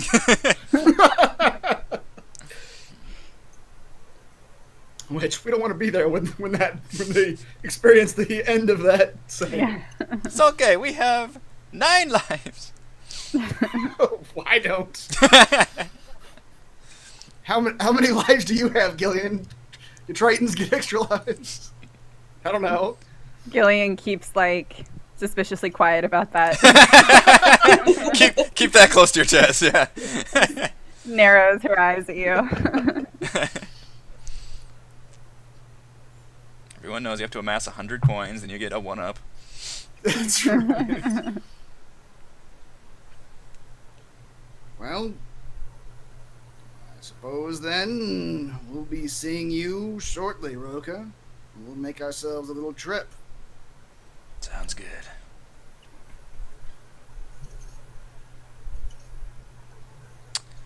All right, we've got one more scene at the bar. Do you want to take a break first? It is 10:40. Yes, please. All right, let us take a break. We'll continue our giant guide interview session, and be back in a few minutes.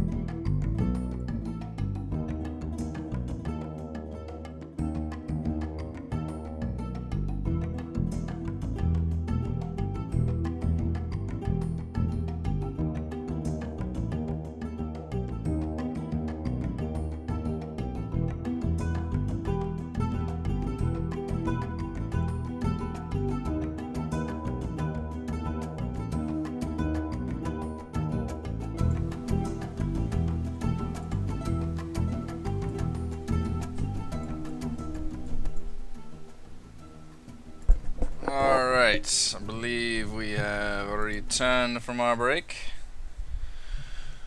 Welcome back to the Thundering Lizard Inn. We are currently shopping around for guides, interviewing people for job interview.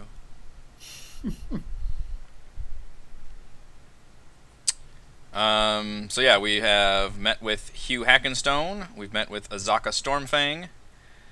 We've met with Roca. Roca is not a guide, but he introduced you to Tabaxi, who are the guides, as part of a quest reward. River Mist and Flask of Wine. And the other ones that you can see in here are the two at the bar near Theron and Hugh. And they have been basically just talking amongst themselves and kind of looking at you all interestedly. Oh, they seem intimidated by Theron and Hugh.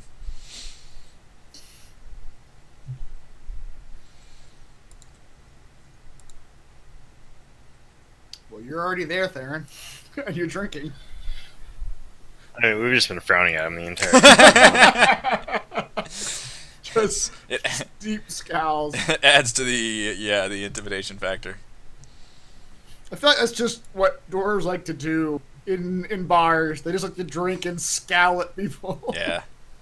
What do you do in your action? I scowl. Scowl deepens. So what's your story, friend? We have need to go out in the jungle. The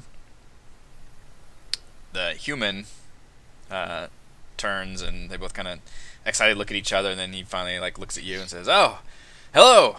The name's Farrell Gardenson of Calimport. This is my God. That's right. This is my friend and business partner, Gondolo." And his halfling friend nods at you excitedly. Both men seem to have a giddy nervousness about them.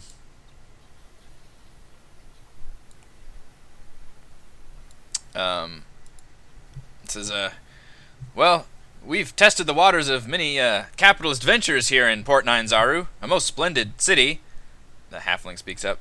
Did you know the Chultans once spread out across the entire peninsula, but they've been pushed back all the way to Port Nyanzaru? Gondolo here's a big history buff, knows all kinds of, book stuff and whatnot. Me, I'm a people person, and you seem like the right kind of people. Am I right? Pass. Just swipe left so hard. Just out loud to his face. Hello, Pass. My name's Farrell. Hard pass. Go talk to that guy back there. Get out of my face. Yes, sir. He drags Gondolo by the collar.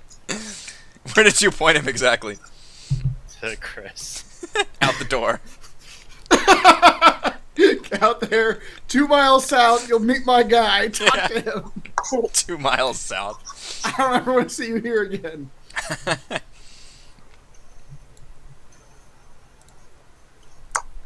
Mannix will have at least been watching this exchange, and as the two approach, he'll say to him, "My dwarf friend didn't seem to like you very much." I forgot. No, I didn't. Sharing you these headshots of everyone. All right, I'm gonna catch up real quick. Here's the headshot of Azaka. Who else did we meet? Hugh. There's the lovely Hugh. Why do you look at me like that, Theron? Literal Mother could love. Clearly, one eye is bigger than the other. Like there, he is. That is the stare of a madman. Was that? I think that was. Oh, and the. Oh, Yeah. The tabaxi. All right, I can hear you scraping the shit out of that ice cream bowl, dear. I think it's empty. I think it's empty. It's not, sadly. It's just, yeah. All right, Tabaxi number 1. I don't know why they're not together like the other picture. That's yeah. And then Tabaxi number 2. All right, my bad. I meant to be showing these while you guys were talking to him. I thought their little letters were their headshots. Well, that's true. Yeah, they did have those handouts, but these are actual bigger headshots. Yeah.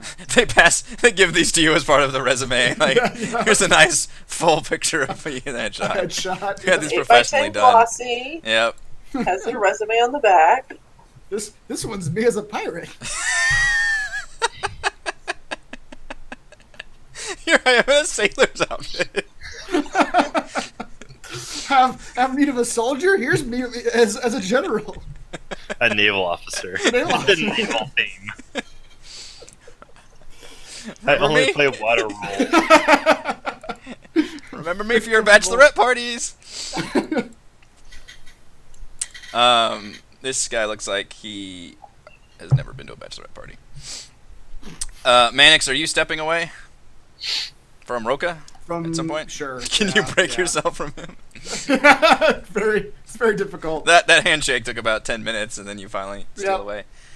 You turn around and practically Yeah, bump as, in. as he walks away, he'll tell Gillian, "You can have him for now." Oh, I thought you were gonna walk away and do that little like turn around and look at him, The over-the-shoulder peek. the over the shoulder peek. Yeah, a little bit of longing there. Don't forget to put the hand on the hip and drop the Don't one forget about your shoulder selectively. Yeah, Theron's gonna get real jealous here. We just turned this into a I have to apologize to him later. a Lifetime episode. I'm sorry, Theron. You weren't around. I got lonely. I'm literally in the same bar as you. Resist 30 minutes alone. I mean, there's needy and then there's that. The man walks over to you, his little halfling friend trudging along. He says, "Hello, friend. The name's Farrell Gardenson of Calumport. Your associate over there suggested I speak with you." Right. I'm sure he had the best intentions with that. He seems like a friendly fellow. Really? Really? Now look, Jungle Guide. I'd like to roll an insight check on that statement. Specifically that statement. Okay. Does he actually believe Theron? Well, I only rolled a 12. you're just still thinking about Roca, man. Yep. This guy seems like he is the kind that's gonna say whatever you want him to say. Like, just he seems like a salesman. I figured. Yep. It says Jungle Guide is our latest venture. We're still brainstorming an official logo and motto, but we're offering a special promotional deal. No money up front and no cost at all if we simply split any treasures found, and we have a lead on some treasure. And he gestures to his halfling friend. The halfling nervously unrolls the parchment he's been clutching very protectively and shows it to you. And just like as a glance, like he does like this and then like this, like dramatically. And from what you can tell, it looks like like what you would consider like the stereotypical treasure map. It's got like landmarks and sketchings and a big X somewhere. And the one bit of text that you got from like just glancing over it real quick had Needle's Bones written in the like margin somewhere. And he kind of rolls it up and kind of like looks at you like excitedly. I really want to stealth up behind them and try to steal that from him. He says, he's like it is his most precious thing. And he looks at you and says, Chol was once the home to a great green dragon named Orbalagos, but everyone called her Needle. The legend says that she was actually killed by a local goblin tribe when they trapped her lair while she was out. The goblins were killed in the process, but her treasure remains buried there. We brought this map off a sickly explorer who needed the money to leave Chol. If you hire us, we can take you there. And then he like breathes heavily for like, he goes, Jesus Christ. His buddy just kind of laughs and says, "Ha ha, that's right." Gondolo here is real All right. excited about it. All right, boys, listen up. Let me tell you where you're going wrong here. You got a good start with this whole venture. He's the brains, you're the face, whatever. Where you're going wrong is the service you're providing. You're not guides. No offense to either one of you, but look at each other. They look at each other. How much time have either one of you spent in the jungle, really? They look at each other again, and Farrell says, "Well, we've got this map, And we've got Exactly. some supplies. What you don't have is We bought a rain experience. catcher. It's supposed to catch the rain, and then you drink it. So you got drinking water when you're in the jungle. You know what? I heard That's you can't great. drink the water in the jungle. Are you done? Was that the end of the story? That's what I heard. Okay. I thought there was going to be more to that. Anyway, my point, gentlemen, is that you ain't guides. You're not the rough and tumble type. You aren't the tent and mosquito type. What you are... We have a triceratops. Gondolo says, "That's right. Oh yeah, we do. Yeah, You have a triceratops? he yeah, he could come in real handy in the jungle, carrying all that loot and whatnot. I mean, Zongo's not the fastest off the block, but we do enjoy the races, don't we, Gandhi? That's right, we do." Interesting. Have you raced this animal before? Oh, sure. It's a process. Again, not the fastest one out there, but he's got a lot of heart. A lot of heart. And look, it's the racing thing. It's played out. It's just, we spent some time with it. You lost your shirt. Put a lot of money into it, and we're still, we're waiting on the return on investment on that one. But our new venture is guides. We are guides in the jungle, and we've got this map. Your next venture can be something that... Let me tell you something, boys. I'm from Baldur's Gate, all right? Oh, I've heard of that. Yeah, it's a big city. Lots of adventurers, lots of folks coming through. You know what there's a huge market for in the adventuring field? Finders. You know what that is? Yeah, I know what that is. And you don't have to roll an insight check. He has no idea what that is. Yeah, of course, yeah. His Finders. eyes are pleading with you to tell him what it is. Finders are folks like your little friend here who find information for adventurers to act on.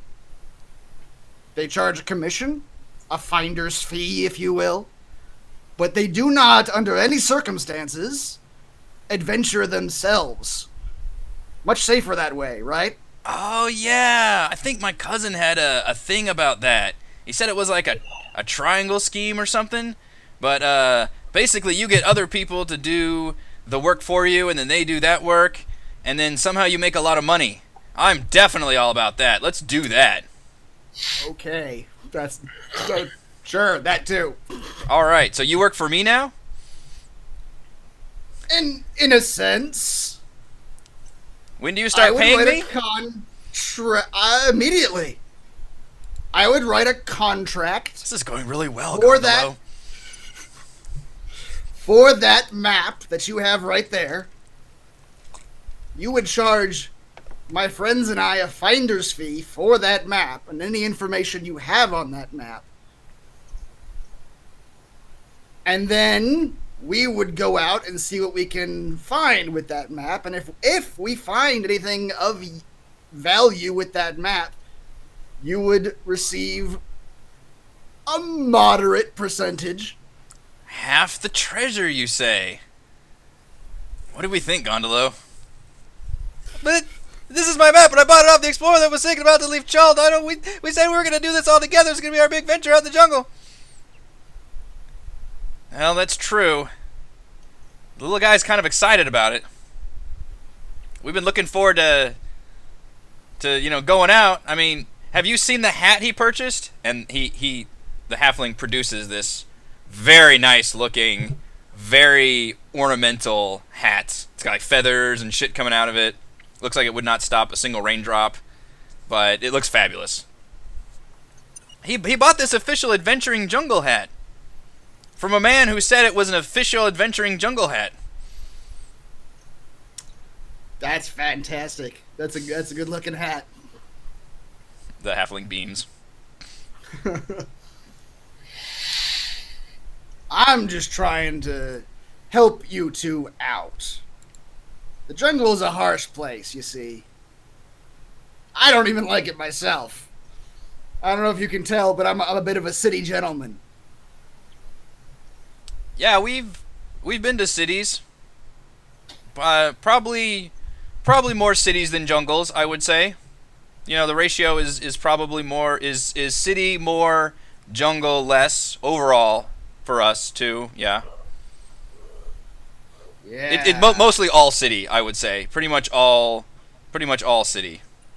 You would say that's where your experience lies. That's right. Yes. Well, you should lead with your experience in all ventures. Yes, we should. Yes.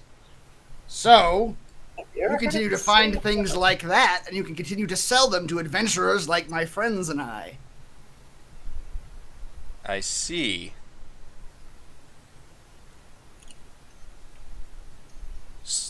So how much... As this is happening, Mannix is getting closer and closer to just signaling Celeste to fucking steal the map. Farrell's like working through some numbers. We're communicating via thieves' cant. Exactly. Making some hand gestures. He's like communicating to Celeste, like, I'm trying real hard to be nice to these guys. Yeah. But if this doesn't go well, just fucking take the map. And they're both paying very much sole attention to you, but the halfling does have a very firm, that's the only thing the halfling seems to care about right now is holding on to this rolled up parchment, essentially. Mannix is gonna get an idea. He's gonna say, just a minute, excuse me. He's gonna step over to Gillian. It's like, Gillian, listen.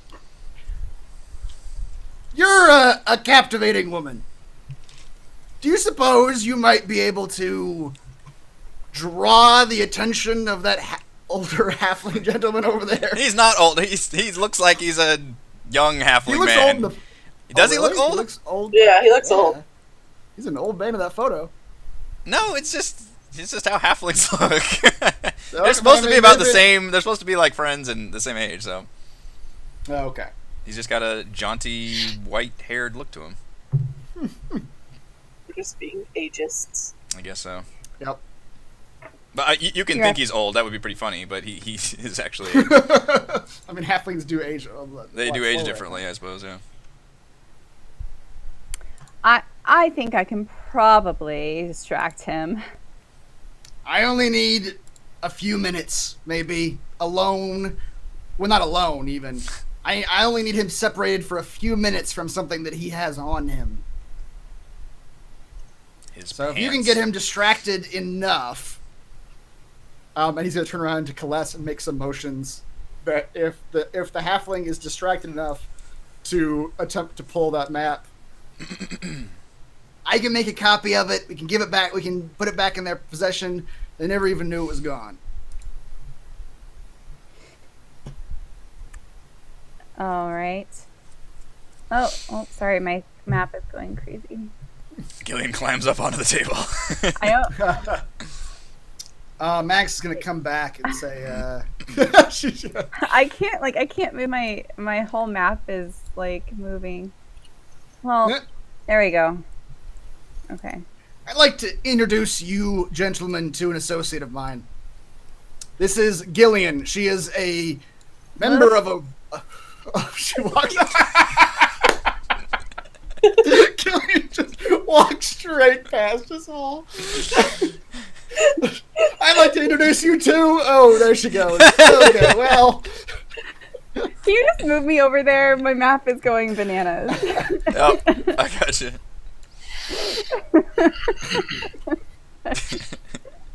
Gillian's You're just walking in circles, just walking into a wall. It's just completely glitching. See? How does that do you? She's a member of a royal family of the Triton folk, if I understand things correctly. Oh. Keen interest in history, too, if I understand. Ooh. Smart, beautiful, and most importantly, rich. Max is gonna say, like, yeah, you two talk to her for a little while. I need to commiserate with some of my associates.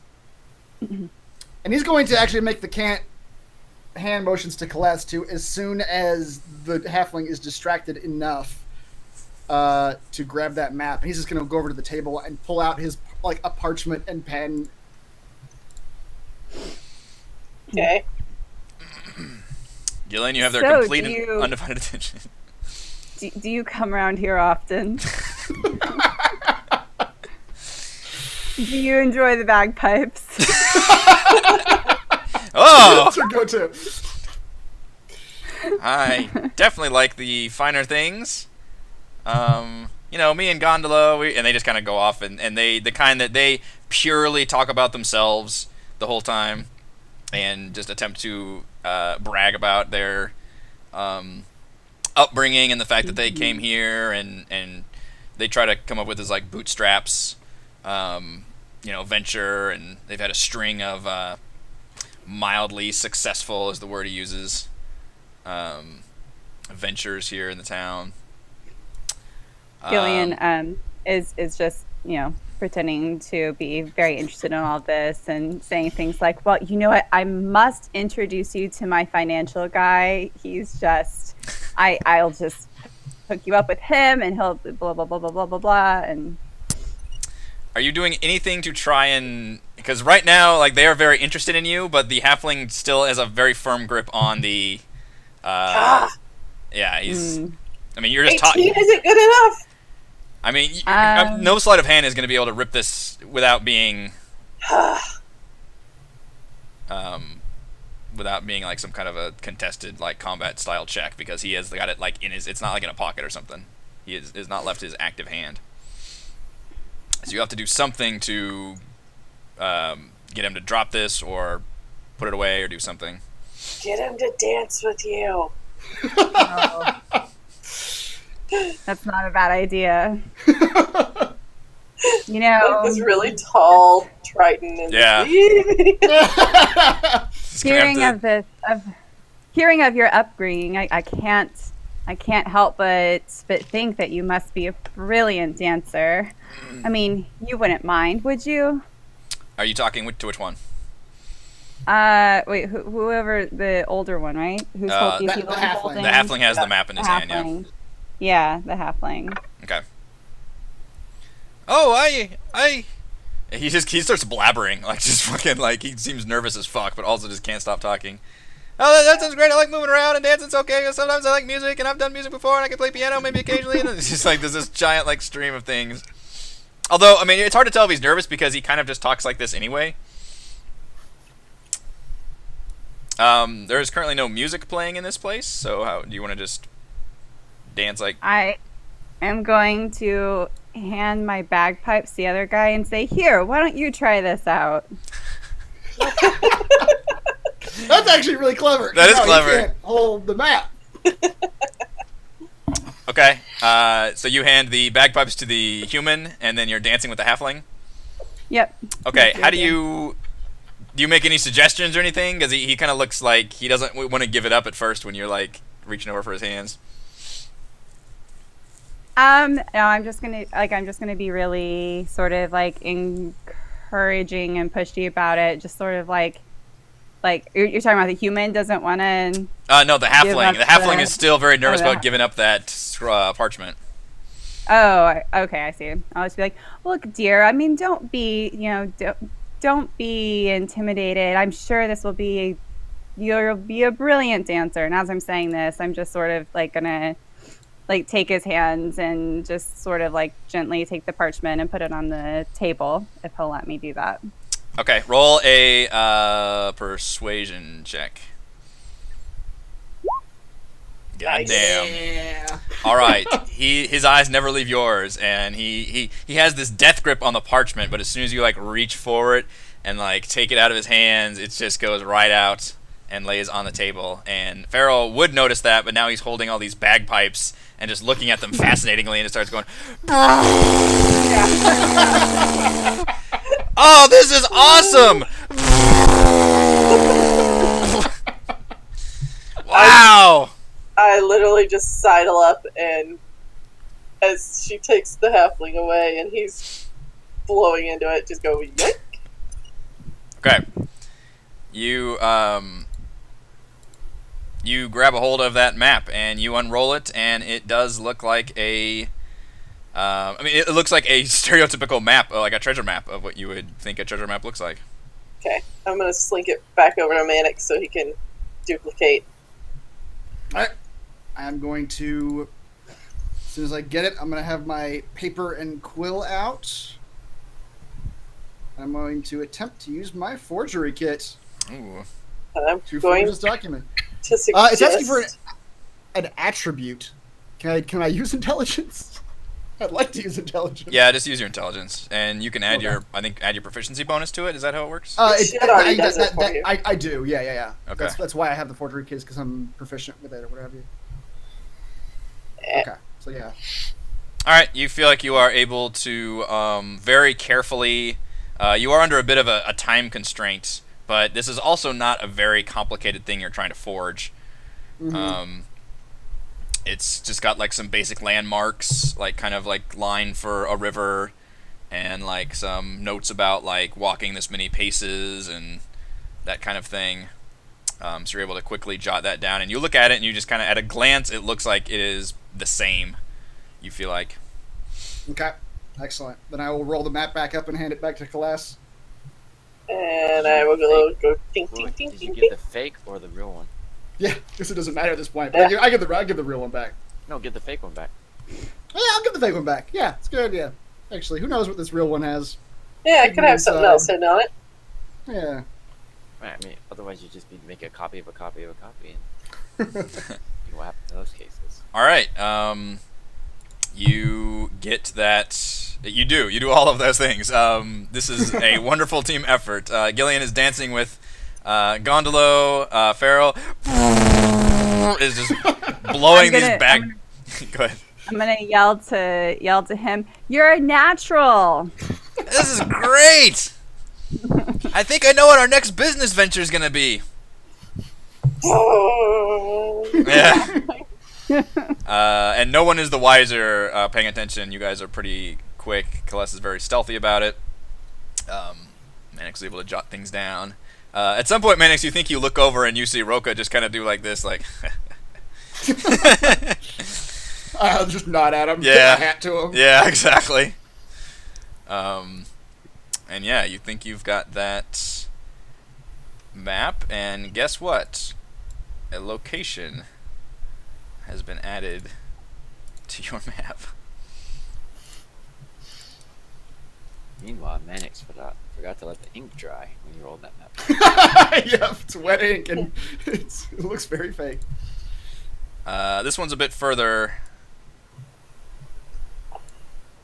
than the others, not as far as Walmart mine, I suppose, but from what you can tell, based on the map, it seems to indicate it is on the eastern end, east of the River Olung.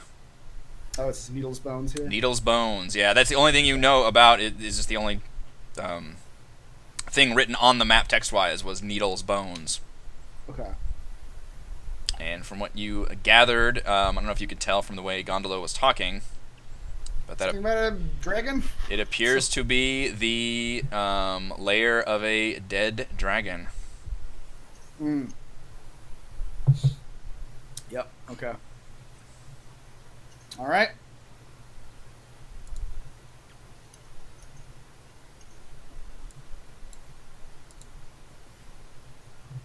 Alright, Gillian, you can dance with Gondolo as long as you wish, but the deed has been done. Mannix will sidle back over to the human here. Who's playing the bagpipes currently.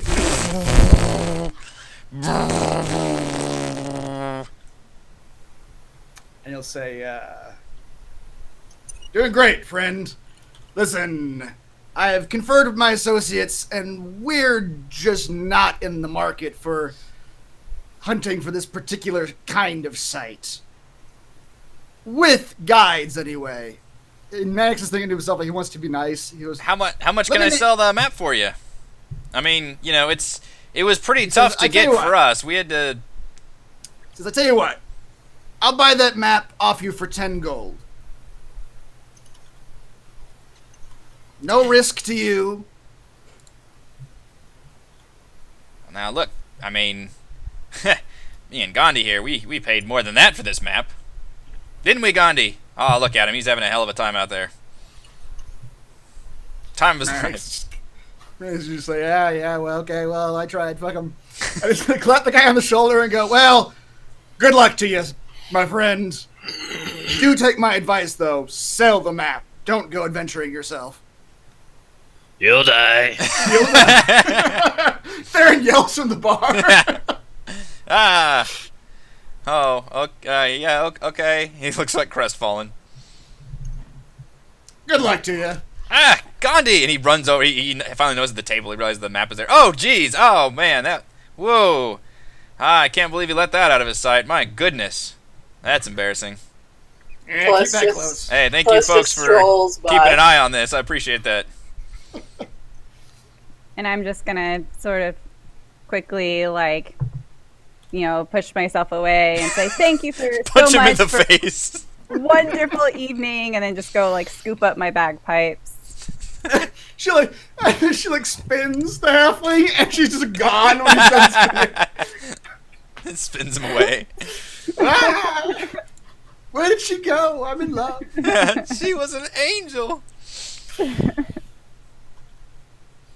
All right, yeah, the halfling seems drunk on love, and the human guy seems very, very crestfallen. Yeah, okay. And then when they meet up together, he like tries to talk to his friend, the halfling, and then the halfling just immediately starts blabbering about everything he knows about Tritons. Do you know Tritons can breathe underwater for this long? And they have the kingdom under sea. And he's just like all he talked about is Tritons now. I'm gonna get away from that as quickly as possible. Yeah. Yep, good luck to you guys. We all just scatter. As they walk out of the tavern door, a figure walks in, and a pale dwarf steps through, muttering to himself. A few eyebrows raise around the room, and folks seem to give him a wide berth. He keeps his eyes on the floor as he shuffles toward the bar area. And Theron, Hugh whispers to you, "Bloody albino dwarves. No wonder the Chultans don't respect us with these lot as the locals. This one claims the forge as his ancestral homeland. But his loss is our gain, right, Theron." What's the forge? The forge is what Hugh found in the mine by traveling down a tunnel. In fleeing from the dragon in the mine, he found an entire dwarven forge, which he lays claim to because it is connected to the mine. So you found the forge, but he says it's his because it's his ancestors. With that, the pale dwarf kind of walks up to you, and he addresses you, Theron. He says, "My name is Musharib. I can guide you anywhere in Chult for a fee of 5 golds per day. If adventure is what you seek," and you recognize this is the exact words from his handout, "join my quest to reclaim Rakhamar, my clan's ancestral forge. I will waive my fee with the promise of your assistance." Someone put you up to this. Hugh just like huffs and looks like he just glowers. "Please, if you could but help me, my fellow dwarf." Hugh continues to make like rude noises. Well, I'm all for helping dwarves, but my friend here has told me he claims that area for himself. Aye, that's right. The pale dwarf says, "We lived in peace with our dwarven brothers of the mine for centuries, until the volcanic bursts and the coming of the dragon. We make no claim to the mine. We have no desire to fight a dragon, but we want our home Smart. back." A string of volcanic eruptions forced us to evacuate. We were driven into the jungle. When it was deemed safe to return years later, we found it had been taken over by fire newts attracted by the heat. My people live in squalor in the jungle. I alone was sent to get aid from the city. You are the first to hear my plea. Hugh continues to chuff. Well, Pathetic fire newts, bastard. huh? Sounds like it's their home now, huh? Please, they are evil creatures. They do not create, they just take. They use my people as slaves, the ones who tried to go in and have not returned. This is the most pathetic thing you've ever seen. The newts use slaves? Humanoid slaves? Wow, I didn't realize they're intelligent newts. Okay. You can roll, let's see, what was our rule on things? Some way to roll. I have to look at what it is. Depending on what the That's creature right, is. yeah.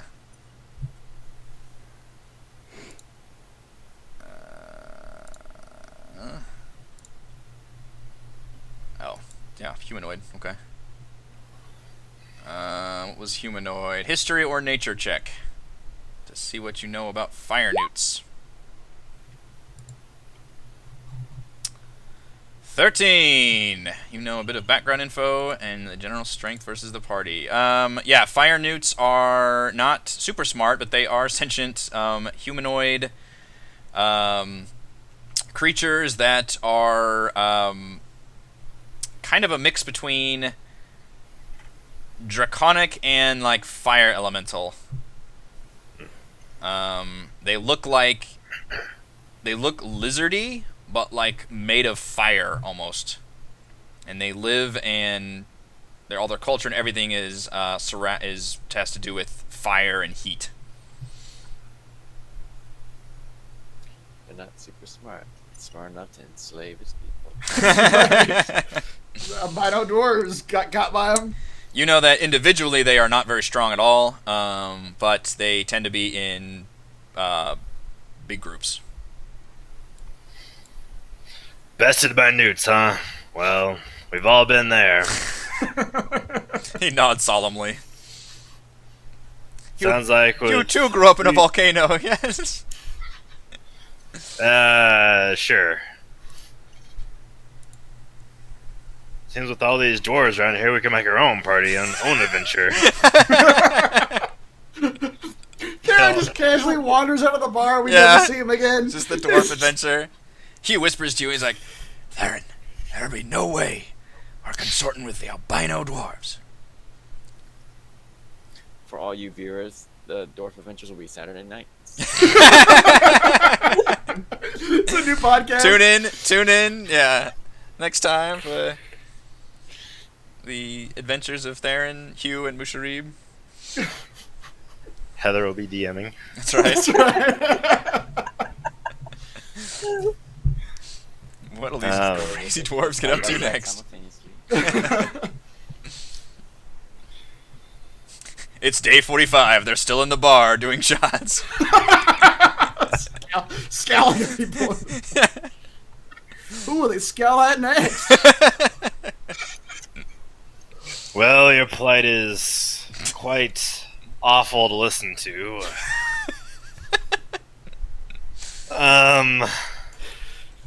I'll have to confer with my associates about you and your plight. I thank you. Mostly just you. I thank you so much for listening. Please, as a fellow dwarf, I know you will make the right choice. Yeah, it's a little painful since you're a dwarf, but listening is probably the only thing I'm going to be doing for you. I'll tell him anyway. Your your straightforwardness is How do I phrase this? it is acceptable. Yeah, I don't have many friends.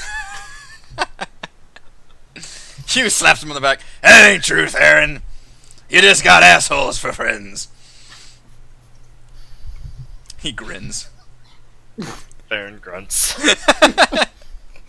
They have a grunt off for the next 20 minutes.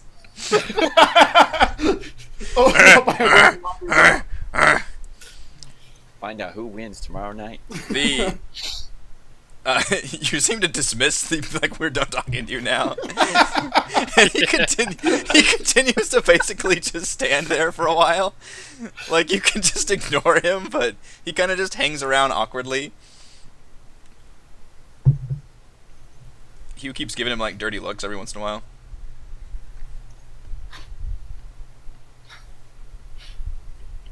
Is there anything else you wanted to tell us? No, thank you. He finally All shuffles right, away. well. Reese, I'm just imagining that. I want to use that line anytime anyone at work tells me something sad. That was terrible to listen to.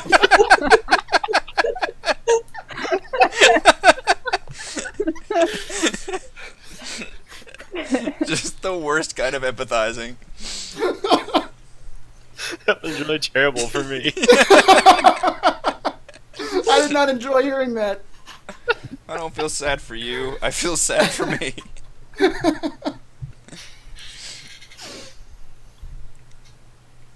Chat says no friends, but he's engaged. All right, he sadly saunters off. It's gone forever. It's gone, and he walked out of our lives forever. All right, it is late at night at this point. In more ways than one. Literally and figuratively. Yeah, you all have talked to everyone of note in the bar. You can make your own decisions and whatnots from there. But other than that, I would simply suggest a turn in for a long rest. I say we approach this by making a list. Or We and made another list. feel free to discuss about the guides now too if you wish. You guys can get together Right, and right, like yeah. retire to your upstairs room, whatever. And Yeah. I will inform everyone about Roca's thing. I go to bed. what do you do with Hugh? How do you end it with him? I'm kidding. I go to bed. Because he's following you wherever you go there. Just gotta deal with Yeah. him. Now remember, On the remember, floor. we left it with him was like literally he said he was gonna stay in the town and make sure the ship that you guys had access to was not going to leave the port anytime soon. And he was looking forward to having you basically all return with being able to then use that ship. Right? Oh. Yes. Okay. Yeah, I'll just rejoin the others and tell them about the pale dwarf. Mm. And What do you tell them if they about? want to, if they want to pursue his story, his, want to help his clan, that's fine. I don't care either way. It was so awful to listen to. It's I tell a summary of his pathetic story. I mean, I feel bad that I'm sort of leaving a fellow dwarf and his people out in the out in the jungle like that. Dwarves don't deserve anything like that.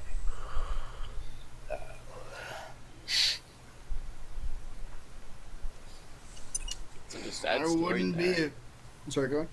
Such a sad story. Yeah. You have I my wouldn't vote. We'll help him.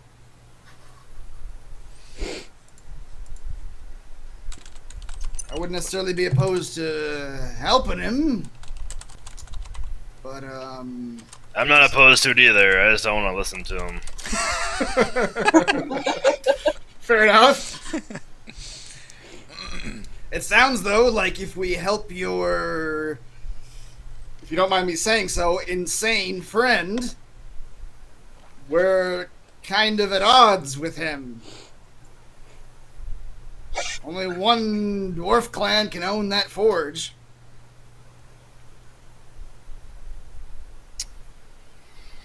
Yeah. Well, I don't think he needs the forge to get to all the mining bits, do ya? Does he? If you can convince him to just take the gold and leave, The mine and the forge are technically two separate areas, but they are connected via a lengthy underground tunnel, like a mine shaft tunnel. Okay. Just so you guys are aware. Maybe we convince Hugh to just take the mine and leave the forge alone, and we give the forge to that albino dwarf's clan. All right. I go back to Hugh. All right, we're helping the pale dwarf. Oh, You're giving up the forge. what? I We'll know. get the mine. The forge. We'll get the mine for you. The best I can do. Wait. Take it or leave it. I tell you what. All right, I'll take it. I'll take it. But when I show All right. you that forge, you're gonna want a piece of that action. There's gonna be treasure in there beyond your wildest dreams. There's a whole bunch of albino dwarf slaves. You're gonna want them. I own them all. I missed one. Very well. Yeah, his attitude is like he wants to get to Wormhart no matter what, and then he's like, we'll wait and see till we get there. We'll see. All right. Either way, you're staying here. Aye, I'll wait for you.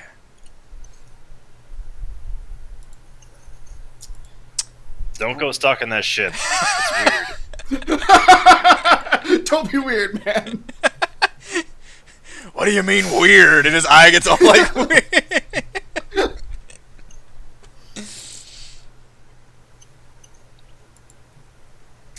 I'll be cool. I'll be cool. I don't know what this guy's idea of cool is. Yeah. I will tell them about Roca and what Gillian and I agreed to do for him, which basically is that we volunteered the entire party for a quest. Hey guys, guess what we're doing tomorrow? But that will be it'll be like a good news, bad news scenario. Bad news is, hey, guess what we're doing tomorrow? Good news is, look at this sweet map I drew, or got, because I gave the fake away actually. Yeah. So I'll spread those partners map out across like a bed or something. Okay. Everybody sees that map, and as you can tell, I mean, it looks like it is pointing to a legit location. Like from you, because you can compare it with the map that you have already, which is that incomplete, the foggy areas in the middle. But it looks like, based on what you can tell, like, okay, I think this area is about right here, which is what I showed you on the map. So you are able to, just based on that map, able to find it on your incomplete map, to where you could at least get to that general area if it is indeed there. Yeah. Okay.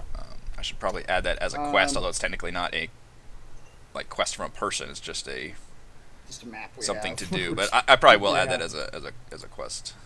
Okay. I just didn't have that set up. As far as guides go, I don't trust the Tabaxi.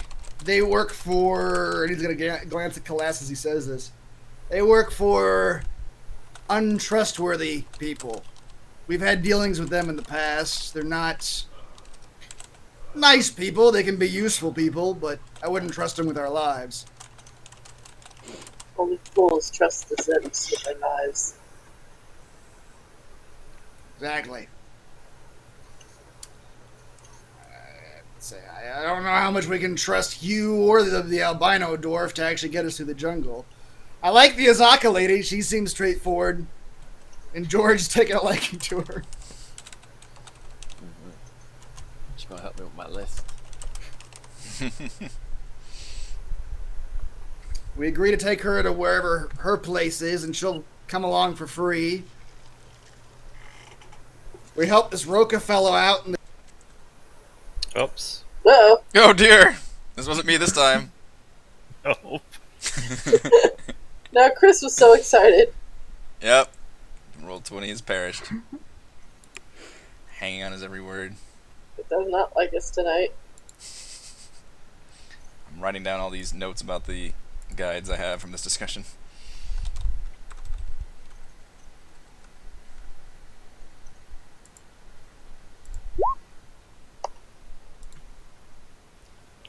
Yes, everyone has the long rest button. Excellent.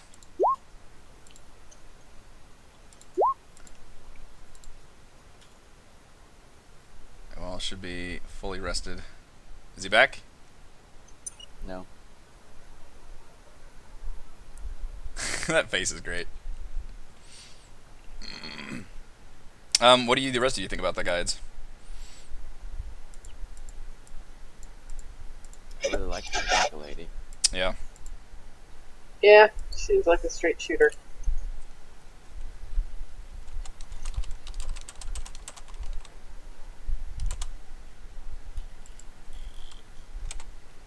We didn't trust. Sounds like if we help the good-looking man, we'll be back in time for the dinosaur races, and then we can go off to the jungle.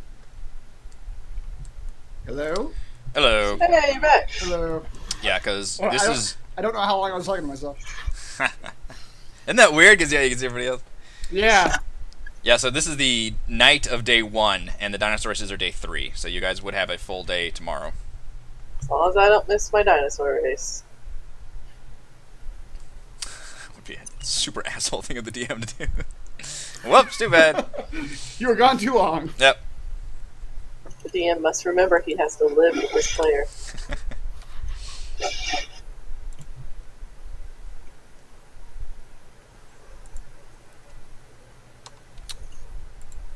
Alright, so what I have is that for Hugh is staying in the city until you bring the boat back. Or until you come back to get the boat. And then to pick him up. Musharib, it sounds like you do want to help him. You're not quite sure maybe how to follow up with him about it. Obviously you know that where Maybe- Marmine maybe is at pretty the far same away, time, so... when it- Okay. Yeah, maybe when we take the other dwarf, we'll take the Sharib with us too. Okay.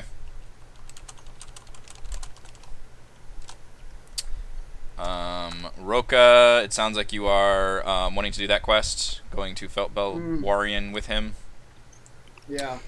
And then the Tabaxi, River Mist, and Flask of Wine, they're like the quest reward is just these free guides. I mean, technically you don't have to have them. That's the thing. I don't know if I actually said that before I froze, but Menix was saying that he doesn't necessarily trust the Okay. Tabaxi. Yeah. He would rather if he of the guys that we've met so far, Azaka seems like the most like competent and trustworthy of the guides. Okay. Yeah, and she is one that she's willing to waive her cost if you do her quest. Yeah. Seems easy enough. Okay.